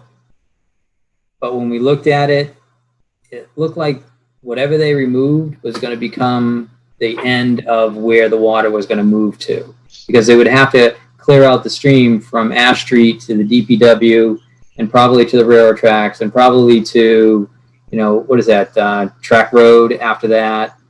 It's just filled. It has a 1-foot elevation between Perfectos and the train tracks, which is that where Weston and Sampson is? Yes. Somewhere around there. Somewhere around So there. there's no grade. There's no elevation difference to drive the drainage away from town. It's all filled in. There's a resident, they said 20 years ago or 12 years ago, I'm not sure which one, that they would dig out underneath that bridge, that underpass, 6 feet. Yeah. Yep. So that was getting a lot of sediment because they did that a couple of times from what he was saying. And they were just digging it out until to make it last for the next 5 years. There's about, what would you say, 2 feet? 2 feet clearance at the top of that box culvert. And it's a big box culvert under Ash Street. So this is the follow-up email that Chuck sent out on Tuesday, I think, or Monday, that DPW was considering doing a little bit of clean out of a channel. So if anybody wants to drive over and take a peek, go for it. Don't have to do it tomorrow. I went over and looked at that today, Chuck. It seems to me that there's the culvert that's the storm drain that comes in on the Wakefield side of that channel looks like it needs some work as in the drop pool of that. There's only a 12-inch channel there, and that's just going to fill in. They really need some riprap stone at the bottom of that storm drain culvert in a larger fashion to keep that both clean and from filling in sedimentary around it. But why did they leave so much crap in there? Why didn't they kind of clean that up? It's years of not being cleaned out. I'm not talking about the dirt. I'm talking about all the stuff that they trounced over and cut up. Yeah, so we, we can, I'll check it out tomorrow and look. And there was a lot of unknowns when we first talked about it. It was an emergency. The plan was just to open it up and kind of use it as a pilot or maybe something happening. So no one's ever worked this deep into an area from the culvert since I've been here. And I think when we got there, I quickly realized that this fix wasn't going to work. This is not doing anything. So it's temporary. I don't really know if it was any help at all. But the neighbors saw the DPW out there. I'll check it out tomorrow, and if things have to be removed, I mean, I originally talked to Alex on the phone, and I said, you're removing all the side casting, and you're not leaving anything there. But I think that got kind of, I'm not gonna say forgotten about, but it was discussed too many times, and there was a different plan made. But looks like they kept it all there. Yeah, don't worry if it's I can have it removed, and they're not going to worry about it. I don't usually hear the DPW saying after they do a project that we're not going to clean it up to the commission's liking. Well, when I was talking, I saw that it looked like they just removed the material from the middle of the channel, and then they just spread out the side casting from the middle of the channel to the edge of the bank. But they crunched over some pallets that were at the edge of the street and kind of drove. Oh, the pallets are still there? They're still there. Yeah, well, so they're not going to leave those there. So they just didn't get a chance to finish. So that wouldn't have happened. So that's not done yet. So all like the No, I don't. I think the cleanup's not done. So if they went about 45 feet, it's done. That's about how far it went down. Yeah, but the pallets they brought in, and they wouldn't leave them there. So that'll get removed. And the trees that they drove over and all that stuff. Because if they need to get back in there, it doesn't make sense to leave all that crap in the way so that they need to drive over it again. Yeah, unfortunately, they have an easement there, and we'd have to have them have access. So those trees, they would come down. I mean, if they have to cut them down to get in to have access, then they would just do that. No, there was some that had fallen over or been cut down in the past. They just drove over them and kind of pushed them around and left them there, which doesn't seem to make sense. I can remember Jamie Mon just always coming in and saying, yeah, they mowed right up to the edge of Castine Field, and they were supposed to leave a buffer or something like that. It's one of the fields, and they just never got it right. This crew is good. I recognize some of the guys that I've worked with before on Harvard Street or Hunt Street. No, it's Howard Street, and at the Matera Cabin, and they're pretty conscientious, and Alex Rozicki is the same. So whatever the issues are there, I wouldn't worry about them as long as you get the word to me that what you're talking about, because I might not see the same thing as you, but I understand cleanup.